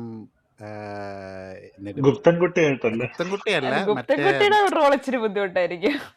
സോളോയിലെ അങ്ങേരില്ലാടാ ആ പുള്ളിയില്ലേ, സോളോയ്ക്കകത്ത് ദുൽഖർ കൊല്ലാൻ പോകുന്ന പുള്ളിയില്ലേ, അങ്ങേരുടെ പേര് എനിക്ക് അറിഞ്ഞൂടാ. ഇതില് മമ്മൂക്കയുടെ ഹെഡായിട്ട് വരുന്ന ആള്, തമിഴ് ആ റോള്. അയാളുടെ ഒരു സ്റ്റാൻഡ് എനിക്ക് മനസ്സിലാവുന്നില്ല. അയാൾ മറ്റേ രാജീവ് മേനോന്റെ ക്യാരക്ടർ മരിച്ച ഉടനെ പിന്നെ ഇയാളെ തിരിച്ചു വേണോന്നുള്ള രീതിയില് പുള്ളി ഒരു സ്ലൈ ഫോക്സ് ടൈപ്പ് ഒരു സാധനമായിട്ടാണ് എനിക്ക് ഫീൽ ചെയ്തത്. അത് എവിടെ ആരും അപ്പ കാണുന്നവനെ അപ്പാന്ന് വിളിക്കുക. പുള്ളി സർവൈവലിന് വേണ്ടിട്ടാണ്. അയാളെ എല്ലാത്തിനും തീർച്ചയായും. പുള്ളി സൂര്യൻ റിപ്പോർട്ടറിനകത്ത് ഇതേ പരിപാടിയാണ് കാണിച്ചത്. ചതിക്കുമല്ലോ നെടുമാറിന്. പുള്ളിയുടെ മുഖത്ത് തന്നെ ഒരു ചെറിയൊരു സ്ലൈ ഫോക്സ് ലുക്ക് ഉണ്ട്. ഇപ്പൊ മഹേഷ് നാരായണന്റെ ഇപ്പൊ രണ്ടാമത്തെ സിനിമയിലും എനിക്കൊന്ന് മാലിക്കിന് ശേഷം ഇപ്പം ഇന്ദ്രൻസ് പിന്നെയും പോലീസായിട്ട് തന്നെ എഴുതാൻ തോന്നുന്നു. എനിക്ക് ആ ഇന്ദ്രൻസും മോഹൻലാലും കൂടെ സംസാരിച്ച സീൻ എനിക്ക് ഇഷ്ടപ്പെട്ടായിരുന്നു. Conversation was nice. പുള്ളി ആദ്യം പുള്ളിയുടെ കാലിലോട്ട് നോക്കിയിട്ട് ഞാനടുത്ത് ചിലപ്പോൾ വല്ല ഐഡിയ എന്തെങ്കിലുമൊക്കെ എടുത്ത് കാണിക്കുമായിരിക്കും, പക്ഷെ അത് ചെയ്തില്ല. പക്ഷെ അത് തന്നെ ധാരാളമായിരുന്നു എന്ന് തോന്നുന്നു. നല്ലൊരു ഇത്. This is what Salam Kashmir should. Salam Kashmir lived so that Patriot could walk. അതാണ് എനിക്ക് പറയാനുള്ളത് ഗൈസ്. അതെ, ശത്രുക്കളുടെ ഒഫീഷ്യൽ നെറ്റ്വർക്കിൽ പോലും ഹാക്ക് ചെയ്യുന്ന എനിക്ക് തോന്നുന്നത് സുരേഷ് ഗോപി അതുകൊണ്ടായിരിക്കും ആ ക്യാരക്ടർ വേണ്ടെന്ന് വെച്ചത്. കാരണം ആ ഒരു സിനിമയുടെ തട്ട് എപ്പോഴും താഴ്ന്നു തന്നെ ഇരിക്കുമല്ലോ. സത്യത്തിൽ അവർക്ക് മേജർ ശ്രീകുമാറിനെ കൊണ്ടുവരുന്നില്ലെങ്കിൽ വേറെ കൊണ്ടുവരായിരുന്നല്ലേ ലെവലായിരുന്നേനെ. ആ ഐറ്റിക്ക് ഇതായിട്ട്. നല്ലതായിരുന്നു. പേര് പറയുമ്പോ തന്നെ രോമാഞ്ചം വരുന്നു. ഇന്ത്യൻ ഇന്റലിജൻസ് വിങ്ങിന്റെ ഇത് റംബുട്ടാൻ കിങ്ങിനെ കൊണ്ടുവരായിരുന്നു. റംബുട്ടാൻ കിങ് അതില് തട്ടിപ്പോയി. അല്ല, എല്ലാവർക്കും ബുദ്ധിമുട്ടുണ്ടായിരുന്ന കാര്യം അതാണ്. അതായത് 13 വർഷത്തിന് ശേഷം ലാലേട്ടനും മമ്മൂക്കയും കൂടെ ഒരുമിച്ചിട്ട്, അതായത് അവസാനം നമുക്ക് 2013 കടൽ കടന്നൊരു മാത്തുക്കുട്ടിയായിരുന്നു അവസാനത്തെ പടം. അപ്പൊ അത് കഴിഞ്ഞിട്ട് അത് കുഞ്ഞു ക്യാമിയോ, ചെറിയത്. അത് നല്ല ക്യാമിയോ. അത് ആക്ച്വലി മമ്മൂട്ടിയും തമ്മിൽ ക്യാമിയോ ഉണ്ട്. അത് വേറെ അതെ ലെവല്. അതെ അതെ, അതിനകത്ത് തീർച്ചയായും തീർച്ചയായും. ഒടുക്കത്തെ ഒടുക്കത്തെ ജാടയാണ്. മുടിഞ്ഞ ജാതയാന്ന് പറയുന്നത്. അതിനുശേഷം ഇപ്പോഴല്ലേ ഒന്നിക്കുന്നേ. അപ്പൊ അത് ആൾക്കാർക്ക് രോമാഞ്ചം സൃഷ്ടിക്കാൻ കഴിയാത്തതിൽ ആൾക്കാർ ഭയങ്കര സംഘടികരായിരുന്നു. സങ്കട അവസ്ഥയിൽ, എന്താ പറയുന്നത്, സങ്കടത്തിലായിരുന്നു. ആക്ച്വലി ഈ സിനിമ ആണെങ്കിൽ തമിഴില് കമലഹാസനെ വെച്ച് സുഖമായിട്ട് എടുക്കാൻ പറ്റുന്ന പടമായിരുന്നു. പക്ഷെ അപ്പം എന്നിട്ട് ഈ ഫൗജിയുടെ റോള് മലയാളത്തിൽ അങ്ങനെ ഒരു പടം വരില്ല. അല്ല അത് ശരിയാണ്. ഫൗജിയുടെ റോള് മോഹൻലാലിനെ തന്നെ അവിടെ ചെയ്യായിരുന്നു. അല്ലെങ്കിൽ അത് നമ്മുടെ ശരത് കുമാർ ചെയ്യായിരുന്നു. അല്ലെങ്കിൽ ഇത് പുള്ളിക്ക് ചെയ്യായിരുന്നല്ലോ, അർജുന് ആക്ഷൻ സ്റ്റാറിന് ചെയ്യായിരുന്നു, ആക്ഷൻ കിങ്. പക്ഷെ അവരൊക്കെ ഈ മരിക്കാനൊക്കെ നിന്ന് കൊടുക്കുമോ എന്നുള്ളതാണ് ഇതിനകത്തുള്ള ക്വസ്റ്റ്യൻ. ആക്ഷൻ കിങ് ഒക്കെ മരിക്കുന്നതിൽ ഇപ്പൊ എന്തോ, പുള്ളിക്ക് ഇപ്പൊ അങ്ങനത്തെ സീനൊന്നും കാണത്തില്ല. പുള്ളി നിന്ന് കൊടുക്കും. പിന്നെ ശരത് കുമാർ മരിക്കാൻ റെഡിയാണല്ലോ, വാരിസിന്റെ അകത്ത് പുള്ളി മരിക്കത്തില്ലേ.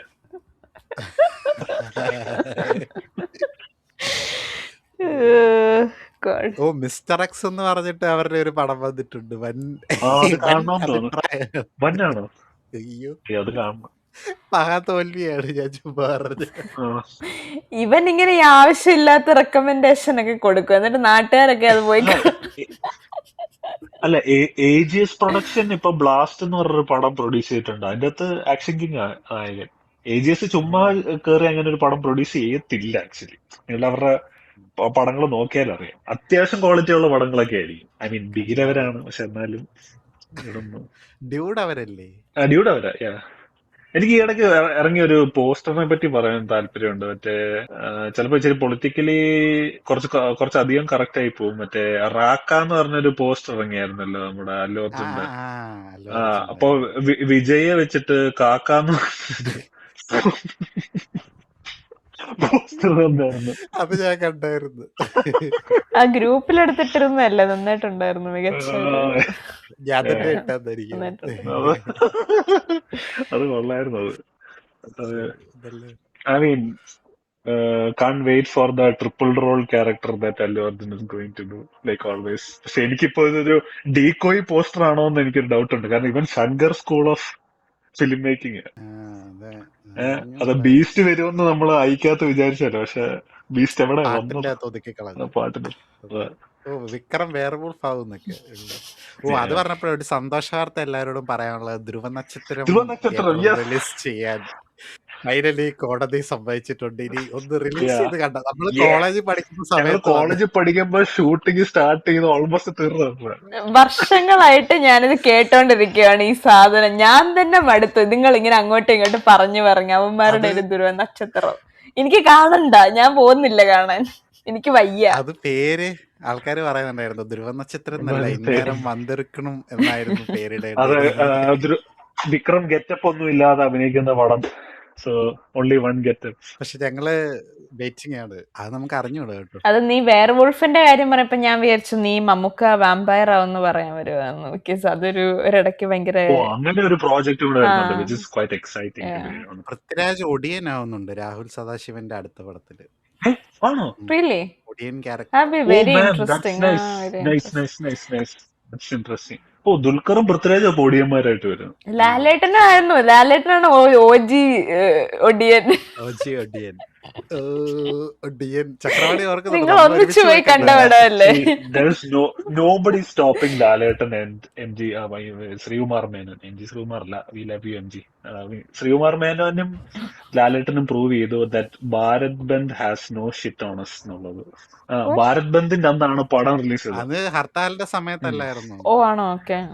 പക്ഷെ ആരും മൈൻഡ് പോലും ചെയ്തില്ല, എല്ലാരും പോയി ഒടിയൻ കാണാൻ പോയി. എല്ലാത്തിനും സന്തോഷമായല്ലോ. ഭാരത് ബന്ദിന് വീട്ടിൽ ഇരുന്നാ മതിയായിരുന്നു എന്നുള്ളൊരവസ്ഥയില്. നമ്മൾ അങ്ങനത്തെ പവർ കണ്ടിട്ടുള്ള കബാലി ടൈമിലൊക്കെയാണ് തമിഴ്നാട്ടിൽ ഒരു അവധിയൊക്കെ കൊടുത്തത്. ഞങ്ങൾ അവധി തന്നില്ല, ബട്ട് ഞങ്ങൾ എടുത്തു. മാസ് ബങ്ക് ചെയ്തു. അവധി മാസ് എടുത്തു. ബങ്ക് പങ്ക് ചെയ്തു. എടുത്തു. അതാണ്. തീർച്ചയായും. അപ്പം അങ്ങനെ ഒരു ഇത് കേട്ടായിരുന്നു, പൃഥ്വിരാജ് ഒടിയനായിട്ട് വരുന്നു. കുറെ പടങ്ങൾ actually are on the way. നോബഡിയുടെ ട്രെയിലർ കണ്ടായിരുന്നു, ഐ നോബഡി എന്ന് പറഞ്ഞു. It looked interesting. പക്ഷെ എനിക്ക് അറിയത്തില്ല, Prithviraj it's high time that he reinvents himself. പുള്ളി ഒന്ന് ഇച്ചിരി ഒന്ന് മാറ്റി പിടിക്കാനുണ്ട്. കുംഭ എങ്ങനെ ഇരിക്കുമെന്ന് എനിക്ക് അറിഞ്ഞൂടാ. കുംഭ മിക്കവാറും കുംഭ മറ്റേ ക്രിഷ് 3-കകത്ത് കുംഭ വിവേക് ഒബ്രോയ് ആവാനുള്ള സാധ്യത ഞാൻ കാണുന്നുണ്ട്. സാധ്യത ഉണ്ടല്ലേ. അതായിരിക്കും കുംഭ അവസ്ഥ. കുംഭ പിന്നെ yeah. ഇതൊക്കെയാണ് നമ്മുടെ ഇനിയിപ്പോ ദൃശ്യം 3 ആണ് നമ്മളെല്ലാരും കാത്തിരിക്കുന്നത്. And എല്ലാരും ഞാൻ ഓൾറെഡി ബുക്ക് ചെയ്തു. ഞാൻ ഓൾറെഡി പ്രീ ബുക്ക് ചെയ്തിട്ടുണ്ട്. എന്നാ വരുന്നതെന്നുള്ളത് മെയില് 21 അങ്ങനെ എന്തോ ആണ്. മെയ് 21 ആണ്. ഗീതാ പ്രഭാകറിന്റെ ഐറ്റം ഡാൻസ് ഉണ്ടെന്നാണ് ഞങ്ങൾ കേട്ടത്, ജോർജോട്ടിയെ സെഡ്യൂസ് ചെയ്യാൻ. വരുൺ പ്രഭാകറിന്റെ ടിന്ന് വരും. പിന്നാണോ കരൺ പ്രഭാകർ എന്ന് പറഞ്ഞു, റീഇൻകാർണേഷൻ ഓഫ് അഡോൾഫ് ഹിറ്റ്ലർ എന്ന് പറഞ്ഞ കാലചക്രത്തിന്റെ പെരുന്നാള്. കണ്ടറിയണം ദൃശ്യം 3 എന്താവും. അപ്പം എല്ലാരും പറയാ ഞങ്ങൾക്ക്, അപ്പം എല്ലാരും പടം കണ്ടിട്ട് ഇതിന്റെ ഇടയിൽ അഭിപ്രായങ്ങളൊക്കെ പറയണം. പിന്നെ എല്ലാരും mean you guys should share, നിങ്ങളുടെ ഒപ്പീനിയൻ പറയണം. That was it right to kill Lalettan and പുള്ളിയുടെ നിതംബത്തിൽ ഡോർ ഇടിക്കുന്നത് കറക്റ്റ് ആയിട്ട് നിങ്ങൾക്ക് തോന്നിയെങ്കിൽ ലൈക്ക്, ഷെയർ ആൻഡ് സബ്സ്ക്രൈബ്. ഒരു മൊഹസി പടം എന്ന നിലയിൽ നിങ്ങളെ സാറ്റിസ്ഫൈ ചെയ്തോ എന്നുള്ളത് കമന്റ് ചെയ്യുക. യെസ്. അപ്പോൾ എല്ലാവരും പോയി കണ്ടു എന്ന് പ്രതീക്ഷിക്കുന്നു. എന്താണെങ്കിലും ഞങ്ങൾ ഇതുപോലെ പുതിയ പടങ്ങളായിട്ട് തിരിച്ചു വരുന്നതായിരിക്കും. So until we meet you the next time, this is me UDC Kumari signing out with mister Digambaran and Chakravani. Bye. Bye. By.